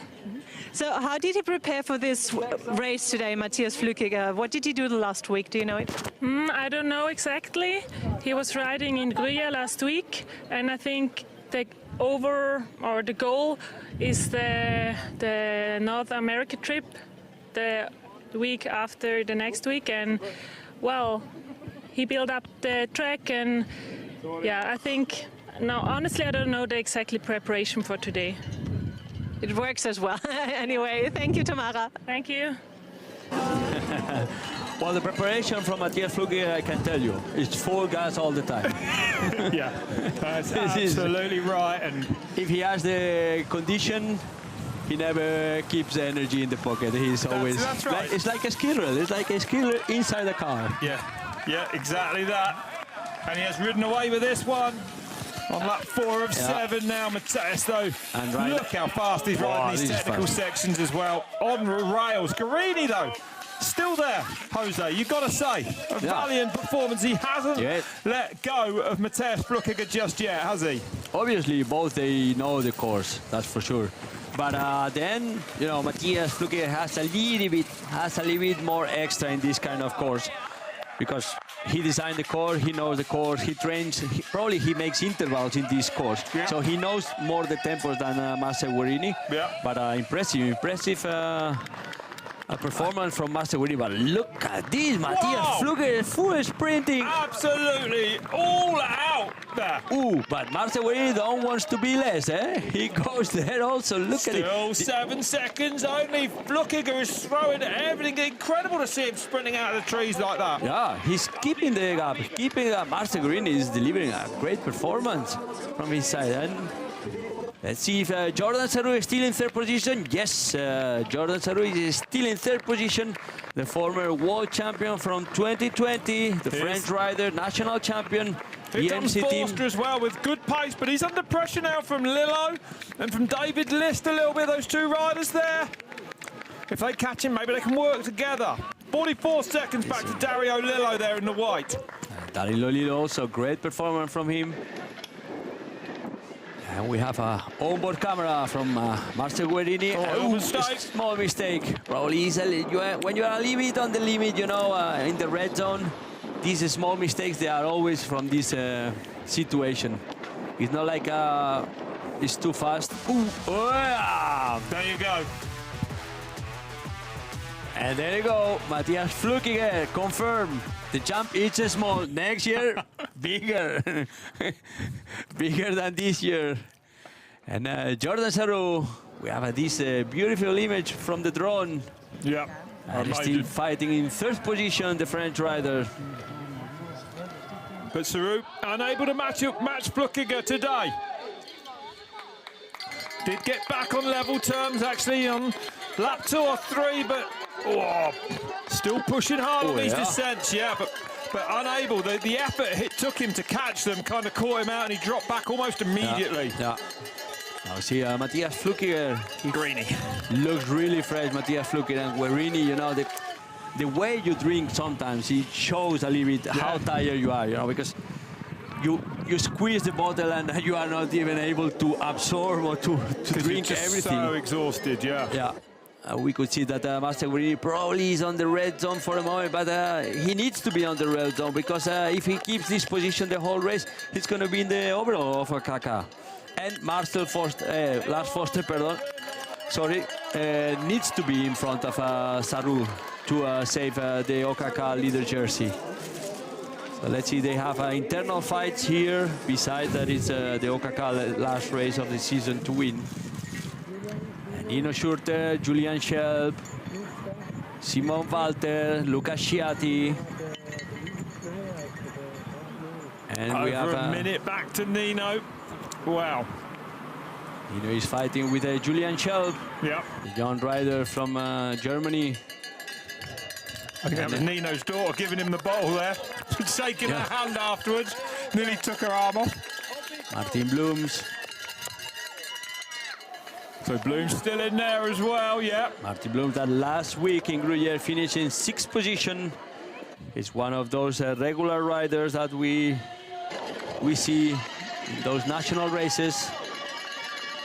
Still the tree roots, pretty slippery in the trees, got to be careful. 29 seconds back to Jordan Sarrou, 40 back now to Lars Forster. And remember, Forster looking to defend that overall title. As things stand at the moment, it would go to Guarini, the man in 2nd place behind Mateus Flukiger. And David List and Dario Lillo. They are in position 5 and 6, if I'm not wrong. And we can see the graphics from Dario Lillo, the young rider. Best times in the climb, now in middle section or in the second part of the course, a little bit in red, probably a small mistake to second. This is a small mistake in a corner, maybe. Could have been. I'd be surprised if he lost 2 minutes 45, to be honest. But but good intermediate times for the young rider Dario Lillo. So Flukiger coming round to finish lap 4 to go out onto lap 5. 3 to go now. And Guarini's still tenaciously hanging in there. Man, they're still He will there. not give up. Yeah, Flukiger. I hope he doesn't pay the price for his effort, because if he does, Guarini is going to be on him like a dog on a piece of meat. We can say that probably he's making more or less a copy race from Alexander Keller. Probably he got some tips from Alexander. But at the moment, the gaps, they are not big, 9 seconds. Obviously, in this course, 9 seconds is quite a lot. You see the rider close to you, but you never catch him. At the moment, we can see. Imagine 3 riders in 28 seconds after the conditions, those conditions on the track. The soft, the technical, some slippery routes, the jump from Matthias. So everything makes difficult, and it's only 20 seconds to the 3rd position. The race is still open, and there's still 2 more laps to go. So Forster is 39, also fighting for the overall with Master Guarini. Let's see if Forster makes a move to the front. It needs to be coming soon now, huh? Yeah. Not so far to go in this race now, so let's keep an eye on what Lars Forster can do. But 39 seconds off Flukiger, 30 seconds off Guarini, though, perhaps more important when you look towards that overall shirt. 123 back, 10th place for Nino then. This is a big gap for the 3rd group with 1 minute 20. Remember, we have 2 riders in front. Master Guarini and, Matthias Flukiger alone, Master Guarini, Jordan Sarru. And then comes a small group. Ooh, look at this, Master Guarini is catching. It's incredible, this, the way that Guarini is hanging in there. Can he get back on the wheel then of Matthias Flukiger? Clearly, Master Guarini don't want to lose the opportunity to win the ÖKK Bike Revolution. And at this position, he's even thinking to win the race. Look at this. That's incredible. Matthias Flukiger trying to defend. Let's see if after the corner he sees Marcel Guarini and reacts. Guarini is coming. I think Guarini is coming back to Matthias here. And Matthias trying to get some speed again. But Marcel Guarini is strong. What a performance from Guarini to keep his head, to not let Matthias just ride away from him. Here comes Forster now, a little bit further. Yeah. Back down on this climb. Looks a different rhythm for Lars Forster. Looks a little bit more tired, a little bit more suffering. But look at this. He has Jordan Sarru in front of him, and there's still 2 laps to go. That's right. And Forster, usually his best laps are his last couple of laps. So let's see today if it's going to be the case. Flukiger flying back down before hitting that short, sharp climb now, which surely gets the heart rate up all the way to the top of the longer climb that follows it. Guarini working hard there, trying to get off the softer onto the grass on some bits, just for less rolling resistance. This is a hard section. The rolling the resistance and headwind. We can see how he's moving the wind, all the leaves and the plastic. That's your standings at the end of lap 4. They're out a good portion of lap 5 already, and I would say that that gap between Flukiger and Guarini could be a little bit less now. We can see there are 3 groups. Yeah. Flukiger with 1 shape. Then it comes the riders riding between 25 and 35 seconds. And then it comes the 3rd group with already a big gap that is 1 minute 20 with Nino Schurter, Joe Freculier, the Spanish rider, and all the others. Luca Sciatti. And Marcel Guarini looks like, now we don't see Matthias Flukiger in front. Let's see if Matthias, is there. Ooh, Marcel Guarini is going strong, and look at this. Yep. Because Matthias Flukiger couldn't react to this situation. Well, he's looking good, still really on top of the gear there. Flukiger does have a decent gap, but it's definitely not decided, this one, is it? Not at all.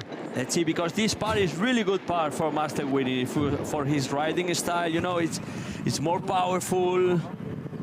Let's see, Matthias Flukiger, he moves, he needs more technical surface, the ground, and also he's moving more on the bike.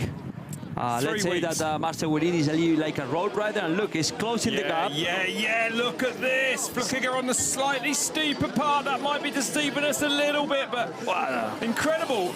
You know, if you didn't watch last week's race, all the World Championships, to know that Matthias Flückiger, excuse me, had his appendix removed 3 weeks ago today.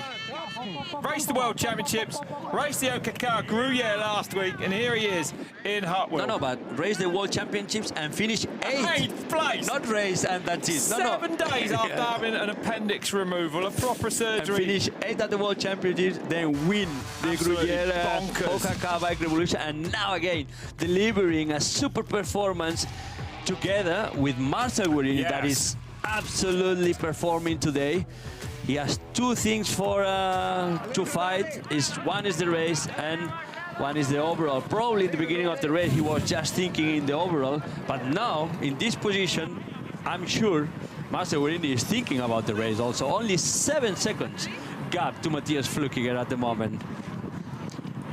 And Jordan Sarrou, now the gap for Jordan Sarrou is getting bigger and bigger, 35 seconds. Now he has to think about the position he has. He has to defend that 3rd position because behind is Darío Lillo, David List, and Lars Foster suffering. Look at this. He is suffering in the red there at the back of those 3. He is hurt. I'm not going to be sure. Yeah, we're going to see a miraculous last couple of laps from Forster today. The body language definitely telling us we won't be, I think, don't you? He's looking like he's hurting now. Nino and List, those young weapons, they are giving pain to Lars Foster. But on the other hand, this man here, Guerini, I know he's behind Flückiger, but he looks like very composed, absolutely right. And Forster does need to get past Sarrou if he wants to defend that overall title. You know, work to do at the moment for Lars Forster. If we compare physically Matthias Flückiger and Marcel Guerini, we can say they are at the same level. Physically. At the moment, 7 seconds is, you are not much stronger than the other one. No. It's just a little bit mistake, a little bit concentration during 20 seconds that you get this gap. So the race is still open till then, really open till then. Forster still staying there with List and Lillo.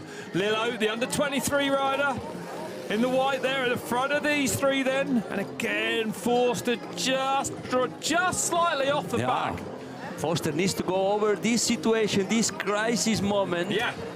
And in the end of the race, he needs to pass those 2 riders because he needs to collect the points, because Marcel Guerini is in the position where you get the most points. It's 250, the winner, and 200 already. So he needs to pass those riders at the end, or at least go through this bad situation that he's having Lars Foster at the moment. Because those young riders, we remember that Lillo, under 23 category, is still, and David List, also a young rider, they are also performing quite well today. And we see Jordan Sarrou going over this small bridge, sorry. Now they go to the forest. And Matthias Flückiger riding his home trails. Probably he made thousands of intervals in this section. He knows the tempo, he knows where to brake, where to push. And even still, you can make mistakes, as we could see. A small mistake with a pedal. Nothing that you lose time, but you know, when you push, it comes all those small mistakes when you are always on the limit, even if you are first and you are on the red zone because you want to win. It comes always those small mistakes. Well, it's an unbelievable pace still from Matthias Flückiger. How far back down the track is Marcel Guerini? Here he comes. Oh, it's close. It's close. Pretty close. It's still close. Still in touch. 7, 8, 9 seconds is nothing. Still 1 lap and a half to go. And Matthias cannot afford any mistakes. He's got to be clean. He's got to be fast. Lars Foster was suffering in the first quarter of the lap. You can see 6 seconds.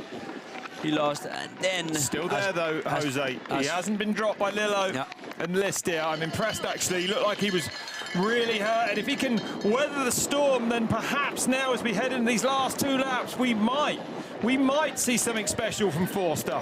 He needs it if he wants to defend the overall ÖKK Bike Revolution title he owns from last year. At least he has more experience than Darío Lillo and David List. Lars Foster is already a winner of 2 World Cups. You know, he has experience to fight till the last moment. And if he wants to be under pressure, so he needs to manage. If he wants to be the champion, though, of the series, he needs to overtake Jordan Saru, who is 20 seconds down the road from him. So, big order, really, in 2 laps to find 20 seconds. But let's see. This is our overview from the feed zone. And that was Saru going out the top of shot. This is the chasing trio. The team There's manager. the team manager, yeah. Team manager from Thomas' team, Thomas Maxom, Ralph Neff. The physio Tamara from Lars Foster, Vital Albin, and Matthias Ralph Neff, a former Flückiger. world champion himself, don't forget. Yeah, world champion marathon, world champion sprint race. Yeah. And also medalist in World Championships cross country in 2008, Val di Sole. There you go. Everything in memory, man. Good to see. Everything in memory. He was my teammate for a long, long time. Well, we're going to hear from him in a moment or two. Marina is down there with Ralph Neff, man. We've just been waxing lyrical about all his amazing performances as a racer. Of course, now he is the Thomas team manager. It is getting really excited. So we need Ralph Neff with me, team manager from Thomas Maxson. So Ralph, if the standing stays like this, your team is not going to make the win again. Are you still hoping to change this somehow? You mean the overall standing? Yeah. Yeah, I mean, the riders like Matt, they go for the victory in the single race today. And yeah, if someone can win the overall, it's very cool. But the main focus for sure is the day victory for us. And they're still, like Matt is really doing strong. How do you keep motivating them for the last 1 or 2 rounds now? You know, like we always said, we're not gonna spend all the energy in March and April already, and I think it pays off now, or it should pay off, especially in the last 2 World Cup rounds in USA and Canada. And yeah, I mean, you know, they're athletes, and if they have something left in their body, you know, if they have some energy left, they will, they will give everything they have for the next races. And it looks very good, you know. In the morning, Luke Whitman won the under 23, Alessandra won, and they are all very motivated. And yeah, I'm happy how it works at the moment. And you're one of the organizers as well. A quick review of the ÖKK this year. Well, this event here is very cool, you know, with all the spectators, you know, the crowd we have beside the track. It's really cool, and we are lucky with the weather. You know, yesterday it was raining for the youth races, and we had a good series. We missed at some rounds a little bit the top stars, even though we paid the most prize money. You get more prize money for a victory, the ÖKK Bike Revolution, than you get in a World Cup. We missed a little bit the top field. The good Swiss riders, they were always here, but I'm happy they are here now, and we have the French riders, we have the Swiss riders, we have Matt, we have Nino, Lars, Colombo. So yeah, it's very cool. I'm happy overall about the ÖKK Bike Revolution. Thank you, and congrats on it. Thank you. Great. That's great from Ralph Neff. Besides to be the team manager, to create a mountain bike series, and also to pay the most prize money. But he missed a little bit the top rider, but actually the top riders are in Switzerland. No, so that's right. That's right. Sometimes it's a problem, you know. They own it. Absolutely. They absolutely do. Yeah, actually they do. And look at this, Vital Albin with a Nina Schurter, different generation, fighting for the position. Coming up now to finish their lap number 5. 2 to go for these two then. To go. This is going to be 1 hour 20. Still 2 more laps to go. Well, a super fast pace here. Of course, we knew it would be in Huttwil, but the track drying out. Perfect conditions now. And Flückiger, Matthias Flückiger, the race leader, there he is. Absolutely, I would say almost. It appears like he's been sprinting from the start of lap 1. And Guarini there, the man in a turquoise top, has somehow managed to go with him and has the fastest lap time on that last lap, a 12-minute lap. Wow, that was fast. The slow motion from Matthias Flückiger always. Beside to give us victories, he also delivers these kind of shows in the downhills or in the technical parts. He's a wild man on the downhills. Absolutely, always like this. Do you remember the crash he had in Alpstadt a few years ago? That was a crazy one. That was worse than most downhill crashes I've ever seen. And he was more or less fighting for the victory with Julian Absalon, but he didn't care. Well, there's the virtual standings at the moment. Puntner there, 5th, Roth in 7th. Schurter would come in 8th overall. And Master Guarini is still fighting there, still there. He knows he can win the overall ÖKK Bike Revolution. It's a great opportunity, and it's funny that Ralf Neff with Thomas Maxum, an incredible team based in Switzerland with a Swiss brand, with probably the 3 strongest riders at the moment, Matthias Flukiger, Lars Foster, and Vital Albin, 3 riders in front, and probably the ÖKK Bike Revolution is going to be won by Marcel Guarini, that is the concurrent and the brother of Matthias Flukiger. It's so complicated. The funny thing is that they are all friends, they grow all together, and it's funny how they are fighting for the victory. And Lars Foster keeping the wheel from Dario Lilo. And David List. And we saw Jordan Zarou there on this part of track just a few seconds ago in 3rd place, the Frenchman. Different lines. And there he is. There is Zarou just disappearing out the left-hand side of the screen. Now, to reverse it for Forster to take the overall championship, the ÖKK Bike Revolution, to defend his title, he needs to get ahead of Jordan Zarou. So he has got a bit of work to do now, and he isn't going forward, is he, as fast as he needs to? Look at this, it's a terrible and stressful situation for Lars Foster, because he can see Jordan Zarou, but at the same time he sees the back of Dario Lilo and David List, and after 3 laps he can lose them. So Lars Foster, he knows he needs to pass 3 riders that they are he can just touch them, but he cannot pass them. So at the moment it's really stressful situation for Lars Foster and his overall result. And Geoffrey Correa, the Spanish rider, leading Vital Albin and Nino Schurter. The legend Nino Schurter is building the shape again, as he mentioned, for the last 2 World Cups of this season, 2024. A long season for everybody, that's for sure.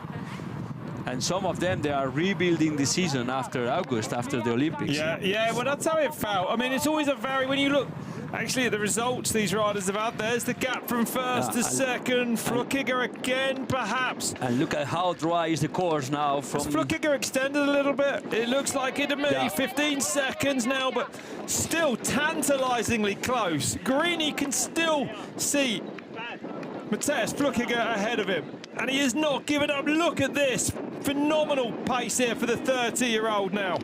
At the moment, Guarini there. Can be that Marcel Guarini is having 1-2 minutes of crisis, a little bit.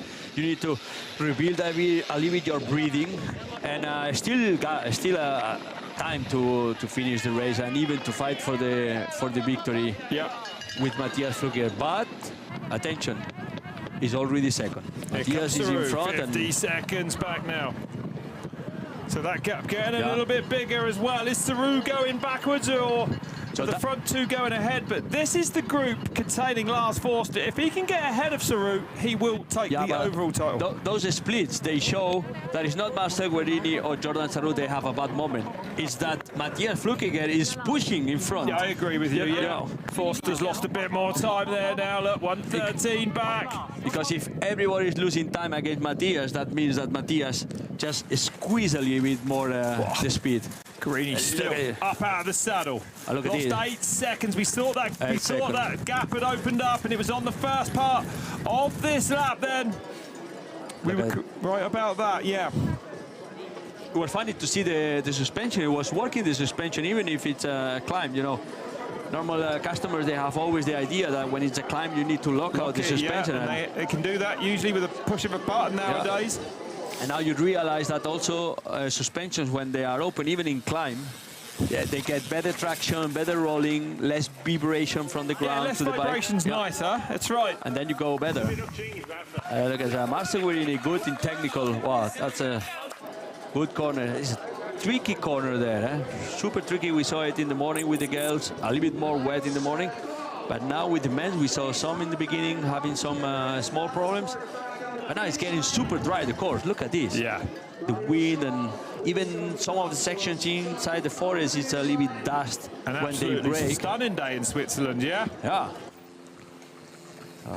And Jordan Sarrou, the French national champion, keeping in 3rd position.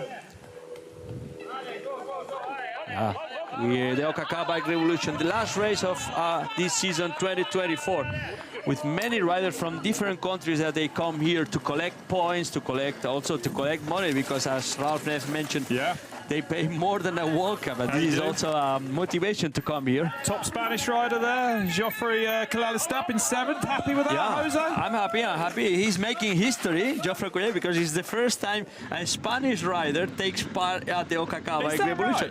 Right? He's making history, Geoffrey Collet. Becoming more international every year this series. Back on board with Nino Schurter. Struggling a little bit for form now after Paris, I would say, Jose. Correct? Yeah, you know, new generations. The new generations, they are young. They don't need long periods for recovery after big efforts.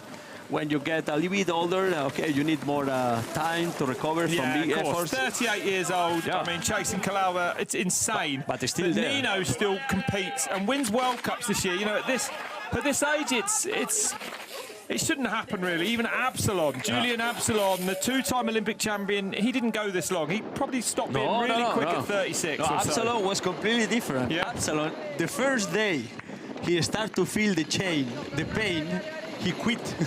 You're right. I remember this because he quit in May. Before the after the first World Cup that he finished 4th position. At the time, I remember. Do you remember? Exactly. It was in May after Alpstad.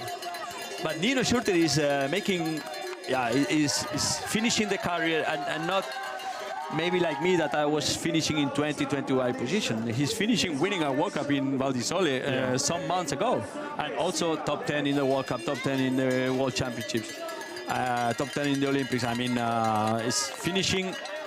We don't know if he's finishing his career, but at least this season, it's finishing the season quite good, and there's still 2 more races to go. Yeah, that's right. With Nino, you know, Nino in Mont Saint-Anne is a killer. Yeah. The new course in America, we don't know, but in Mont Saint-Anne he can be absolutely unbelievable there, Nino, as he can on but any also track, Matthias of course. Flukiger loves Mont Saint-Anne.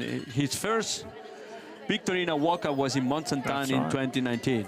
And he was he when you won 2019, when you were 2018, sorry. And when you were elite world champion in 2010, who was junior world champion or under 20? He was under 23 world champion. Matthias was. Matthias Flukiger. Right, I thought he was. Yeah. Matthias Flukiger, he loves Mont Saint-Anne, loves Canada. He's a kind of course like this. Well, he's a technical rider. He's a technical rider, and it's pure mountain bike. A little bit like here. There are some artificial sections, but it's pure mountain bike with rocks, and the course changes during the race. Yeah. And if you are a rider that likes to improvise, to change lines and to have fun, then you love it. You love it. And if you haven't got amazing technical skills, I'd imagine that Mont Saint-Anne is probably the last place that you'd ever want to ride a bicycle. Yeah, exactly. There you go. Sarrou goes through, the French national champion, the 2020 world champion, asking for some fluids here. Looking for the drink. BMC team there in the pits. They mix some drink inside with some gels. Yeah. Everything all together, mix it, and then you just get a sip. Nearly a minute off now, still only 15 seconds. Marcel Guerini keep the distance, 15 seconds, but Jordan Sarrou increased the gap. Yeah. It was before 50 seconds, now 56 seconds, 6 seconds loose. And Jordan Sarrou is a complicated situation too. It's in the middle of nowhere, you know. You don't know if you go in front or rear, what to do.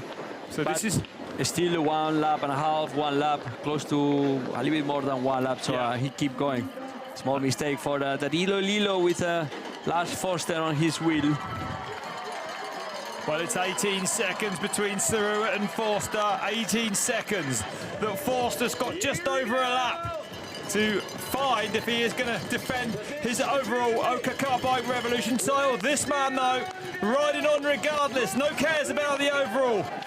Just got today's win firmly in his sights. Matthias Flukiger, the winner in Gruyere last week at the ÖKK Bike Revolution, comes here on the same page. The same formula, attack from lap 1, don't look back.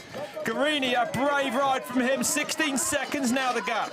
He's put himself in a position to take the overall this year if positions stay as they can. Sarou will be the next to cross the line, a lone Frenchman. Pretty lonely race for him today, Jose. Now it looks like Sarou is suffering. The move, how he handles the bike, looks like now he's having a hard time. And it can be Lars Forster that he gets profit of this situation. Look at this, he's hammering the pedals, but the bike is not moving a lot. So when you are tired, you know, you try to even make speed, even with the arms, and not always is working this technique. Well, one lap to go then for Jordan Sarou. He might be thankful of that. I think everyone will be. It's they are super close. Yeah, they are. David List, Daryl Lillo and Lars Forster. So can Lars Forster find anything on this last lap to overtake Jordan Sarou and to take the title for the second year in a row? 1:13, Sarou 15 seconds ahead of him. It's a tall order, but it's not impossible. So now we need to count. Sarou would almost need to blow up, I think, don't you? Yeah. Now we need to count points for Lars Forster.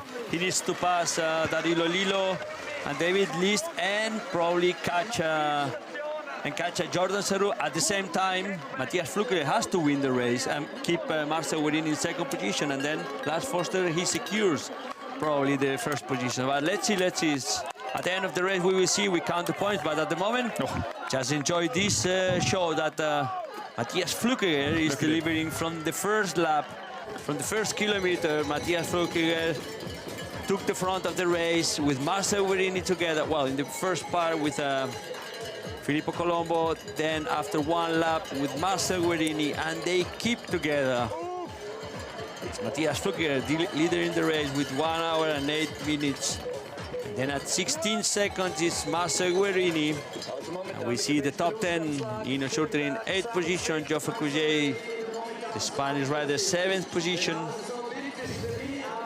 Birthday next week for Matthias Flukiger, just before he goes to those last races in North America. If he takes this form with him, he's going to be hard to stop, I would say. Incredible pace from him. And look at this. This is the virtual overall standings. Marcel Guerini, right now, he will win the ÖKK Bike Revolution in front of Matthias Flukiger and Lars Forster, that drops to 3rd position, and Luca Sciatti in 4th position. So Matthias Flukiger, he wins the race. He gets the 2nd position right now at the moment. So Lars Forster, he has the chance to improve this situation because he has only 2 riders in front and he stays on the wheel. If he can get in front of those, it'll be a big help for him. That's the man looking like he's going to ride away with the overall title this year. Guerini, it's been an incredible performance from him. He hasn't been able to get back on the wheel of Matthias Flukiger, but he has been able to keep that gap pretty solid throughout this entire race. And Marcel Guerini, if he wins... Sarou's attacking a little bit harder on this last lap, it looks like. Yeah. And Marcel Guerini, if he wins the ÖKK Bike Revolution, it's not going to be for free.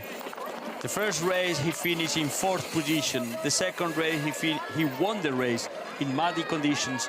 Yeah. The 3rd race in Davos, he was out of the top 10, but then he was back in 3rd position in Gruyere. So we can say that he's quite stable in his results in the ÖKK Bike Revolution. He will deserve also to win the ÖKK Bike Revolution. Absolutely, there's no arguing with that. Any of these riders today deserve to win. The effort, phenomenal. Look at this. But look. Green, red. 8 seconds in that first sector, that big climb for last lap for Flukiger. I think the red section is just the part where is the jump. So he just prepares for the jump. He's heading towards it now. I wonder if he'll jump it on the last lap. There's a beautiful part of the world. Flukiger, hometown, Huttwil. It's unbelievable. Matthias Flukiger, when he has these kind of days, is unbeatable. He is, I agree. It's unbeatable. It's unbeatable. Yeah, that's right. When he's on form.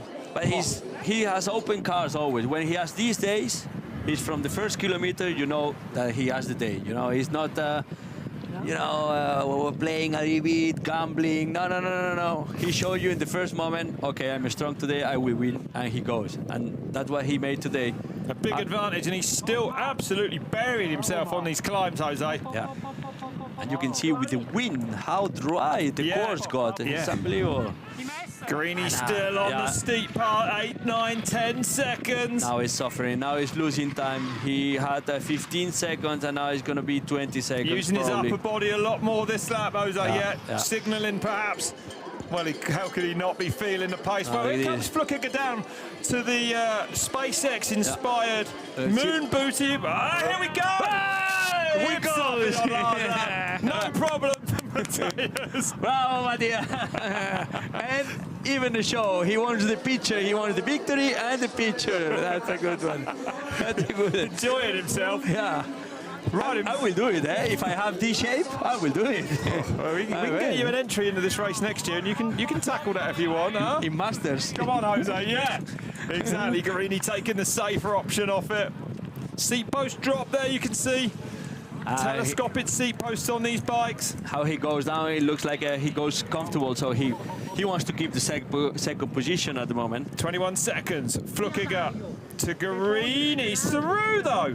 It is Forster there. Forster's dropped back. I was going to say, here's Forster, List and Lillo. They're actually quite close now. Yeah, if Forster had a possibility to win the ÖKK Bike Revolution was passing David List and Dario Lillo, but at the moment the things are getting really hard for Lars Forster and really good for Marcel Guarini. And he is hurting himself. Look at him just sitting up there. Lars Forster trying to get some air in those lungs. Well, there is not enough time to catch the guys and then pass them, except if something happens inside the forest with two riders, Dario Lillo and David List, that I don't know, they made a mistake, but at the moment, situation for Lars Forster is really bad. If we look for the overall. Here comes Jordan Sarou. Oh, he's still moving, they're still powering those legs. Last effort, last motivation for the French champion. Look at him, Sarou, the 2020 world champion here. And he's pushing Taking hard. some time out, Guarini on that climb, so burying himself as well on this very last lap here. And digging some energy, extra energy. He knows it's the last lap. Ooh, there it is again, in case you missed it. This is the picture, like the Michael Jordan logo. This is Matthias. We need to make a sticker from this jump. The Jump Matti. Jump Matti. Jump Matti. I'm going to make the stickers. Here they come. Here they come. And Jordan Sarou, the national champion. Last time securing the third position. Yeah, and he looked like he was in big trouble actually in this race. Kind of recovered, definitely rode his own race. Yeah, they're not so far back. Here comes Lillo. Now we understand why he was pushing, because Dario Lillo, the young rider, under 23, and David List, they are coming behind, and they are quite close, and still quite a lot to go. And they've dropped Lars Forster, which proves just how quick they're going on this last lap. Back to our leader, Matthias Flückiger. Attention, the third position from Jordan Sarou was in danger a couple of seconds ago. And Matthias Flückiger, he's riding safe now. He knows the victory, the win is safe at the moment for him. And also he's stepping in the overall of the ÖKK Bike Revolution. Yeah. Nearly there for Matthias Flückiger.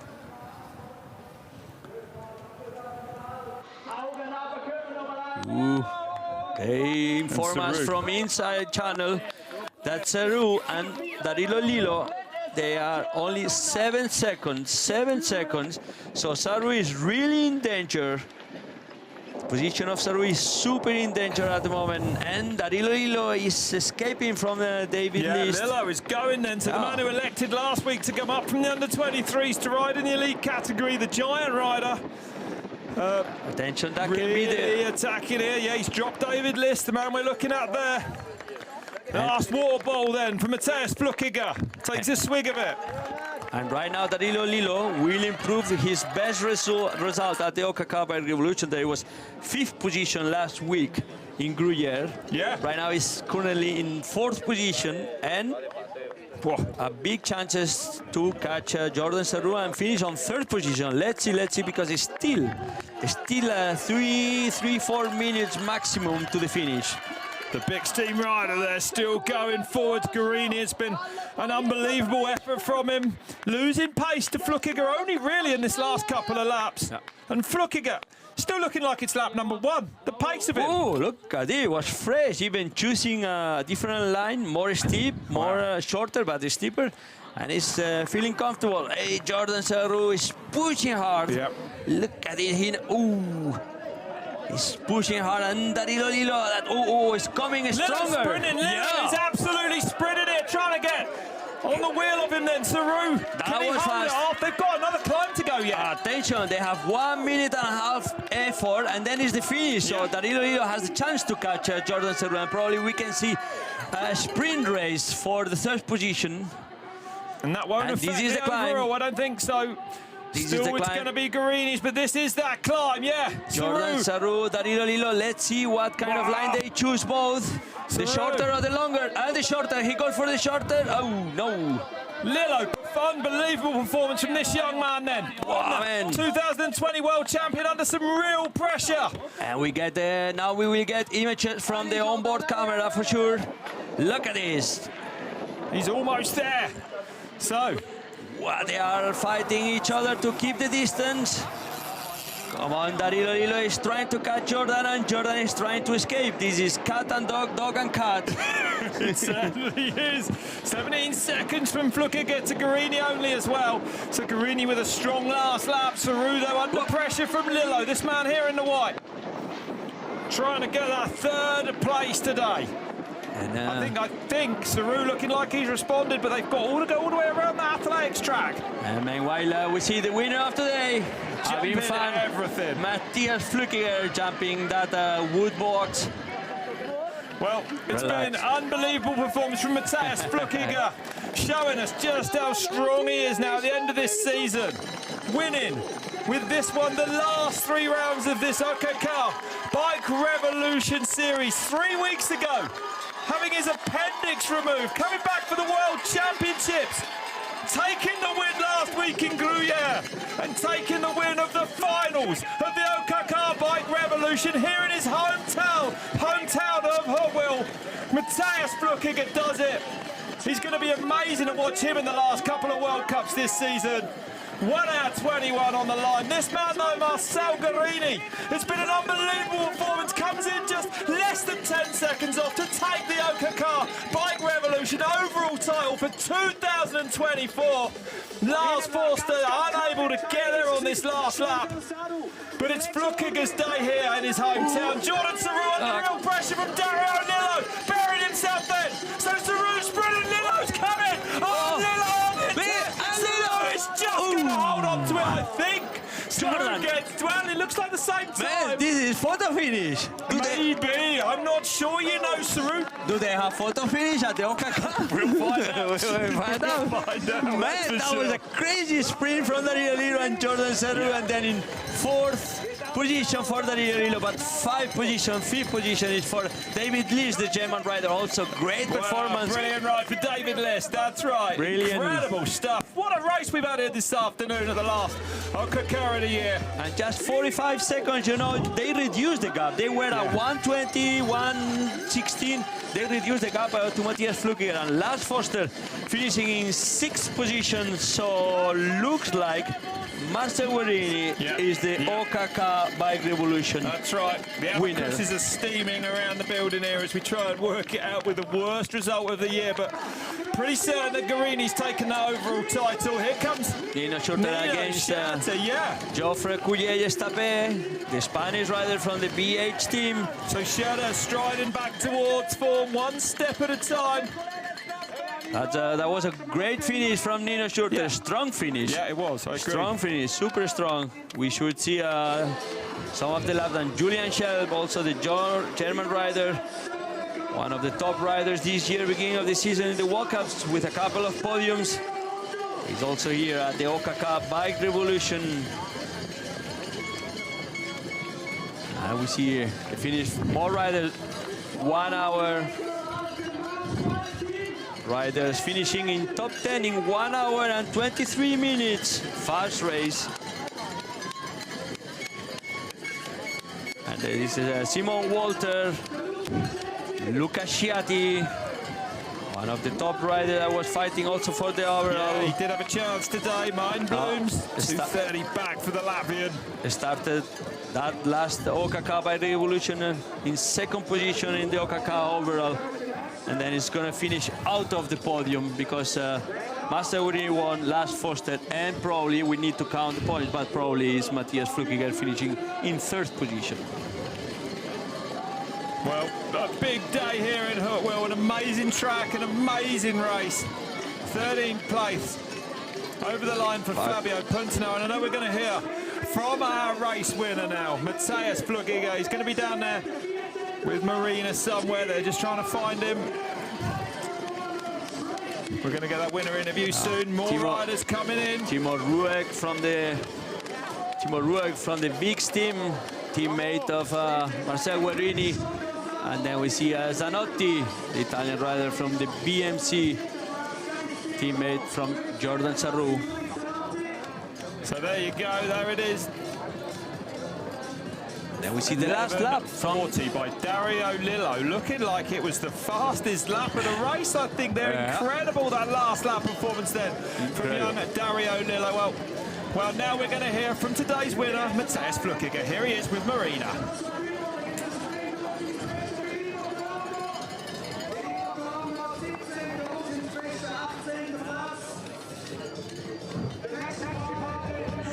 And with me, an amazing winner, Matthias Flugiger. Congrats on that one. Would you name this a perfect race today? Yes, I would say. You know, my home race, that's always special, and to win here, that's even more special. So that's for sure one of my highlights of the season. How did you enjoy your own track? Actually, I did. The track was actually really perfect. You know, the last few days it was raining, so the track was really perfect to ride. Awesome, like still technical but good rolling, and I have to say just fun. That was awesome. And above all, you also got the second place in the overall. How much does that mean to you? Yeah, of course, that's also nice. I didn't race the whole series, so I missed some points, of course. And yeah, that's a good one. That's I like it. And but yeah, the most important thing is today the victory on home soil. That's even more nice. Enjoy that. Yes. Congrats, Matt. I do. Thanks. Hey, how cool must be to build a track, win the race, and do it at home? Incredible. I mean, the only problem is now he's gonna do a cool down, and probably he needs to go to collect all the plastic and the sign from the course. Maybe. But how cool is this thing, guys? Yeah, Matthias is unique. Matthias Flugiger is a unique rider. And there's your overall standings, just by 10 points in the end. Look at that then from Matthias Flugiger, riding those last 3 races. 3 victories. Guerrini, though, becoming the ÖKK Bike Revolution champion for the very first time. So massive congratulations to him. Lars Forster, last year's champion, dropped down to 3rd after taking the win at the first round. Well, let's hear from our series champion now. He's with Marina.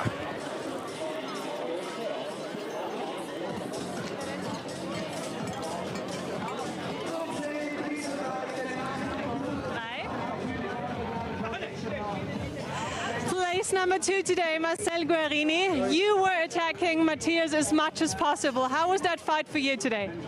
Yeah, it was a nice fight. I mean, both of us come from the region. It's a home race for both, and it was super cool to race with him in the front. And do you know already that you are the winner of the overall? Yeah, they just told me super nice and big bonus. So did you have that in mind before you came here today? I had it in mind, but the goal was to race for the victory today, and whatever happens in the general was always a bonus. So let's celebrate your win today and the overall win. All the best. Thank you, Marcel. Thank you so much. What a ride from him today, you know, to Incredible be delivered ride. with the title at the end of that. And he suffered there. He suffered every lap, start to finish of that race. But he's offered the whole season, and he's offered also years before. And you know, mountain bike is like this, but especially for Marcel Guerrini, everybody's happy because he's a guy that was. It's been in the sport for a long time. Yeah. Without team, then he got saved by Lucas Flugiger and his team, Big's team, and now he's fighting at home like Matthias Flugiger in the race that they like, and he's fighting for the overall, and they got it. So he mentioned he was looking for the race, but at the end they got a big bonus that is the ÖKK Bike Revolution, the overall. That's right. It's 30 incredible. years old now, Guerrini as well. Great to see him. Really been a late bloomer. Lillo, amazing performance for him in 4th place. That last lap was incredible, the sprint finish with Jordan Sarru. David List, the top German in 5th, just ahead of Lars Forster and Schurter.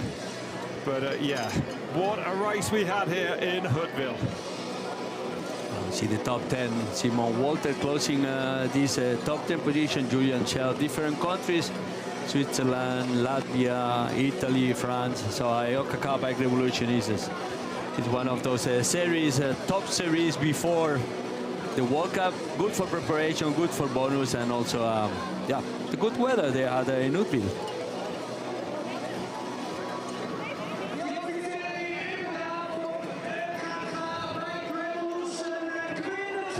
Okay, so we got the handover now of the winners' jerseys, and that is Dominique Agerter in there, 3 times a World Superbike champion. Handing them over, there he is in the middle with the champions Alessandra Keller. And of course, Marcel Guarini, there he is. Those are the 2024 winners of the ÖKK Bike Revolution. Marcel, Dominic, also winner in the different discipline, motorbike and e-moto, and Alexander Keller, that wins for the 3rd time. Well, it's been an amazing season, and what a final race we had today. I'd like to thank you, Jose, for your amazing knowledge of the sport and passion for it, but that was incredible, wasn't it? Absolutely. It's thanks again to ÖKK Bike Revolution to set up this kind of series in Switzerland, and especially Red Bull for those live streaming. I had so much fun with you, and I hope to see you soon. I hope so as well. Everyone at home, thanks for listening. Thank you, Jose. We'll see you next time on Red Bull TV.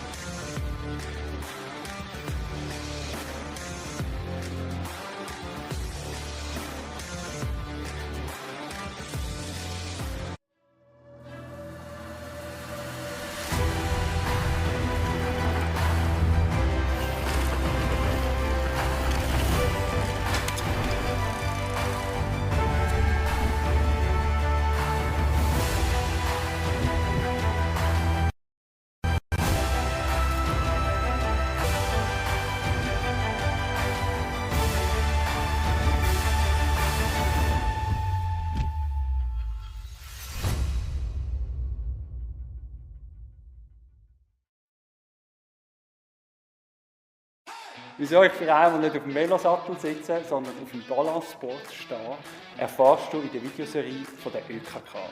Willst auch du im Balance bleiben? Dann mach mit bei der Verlosung und gewinn mit ein bisschen Glück ein Balanceboard.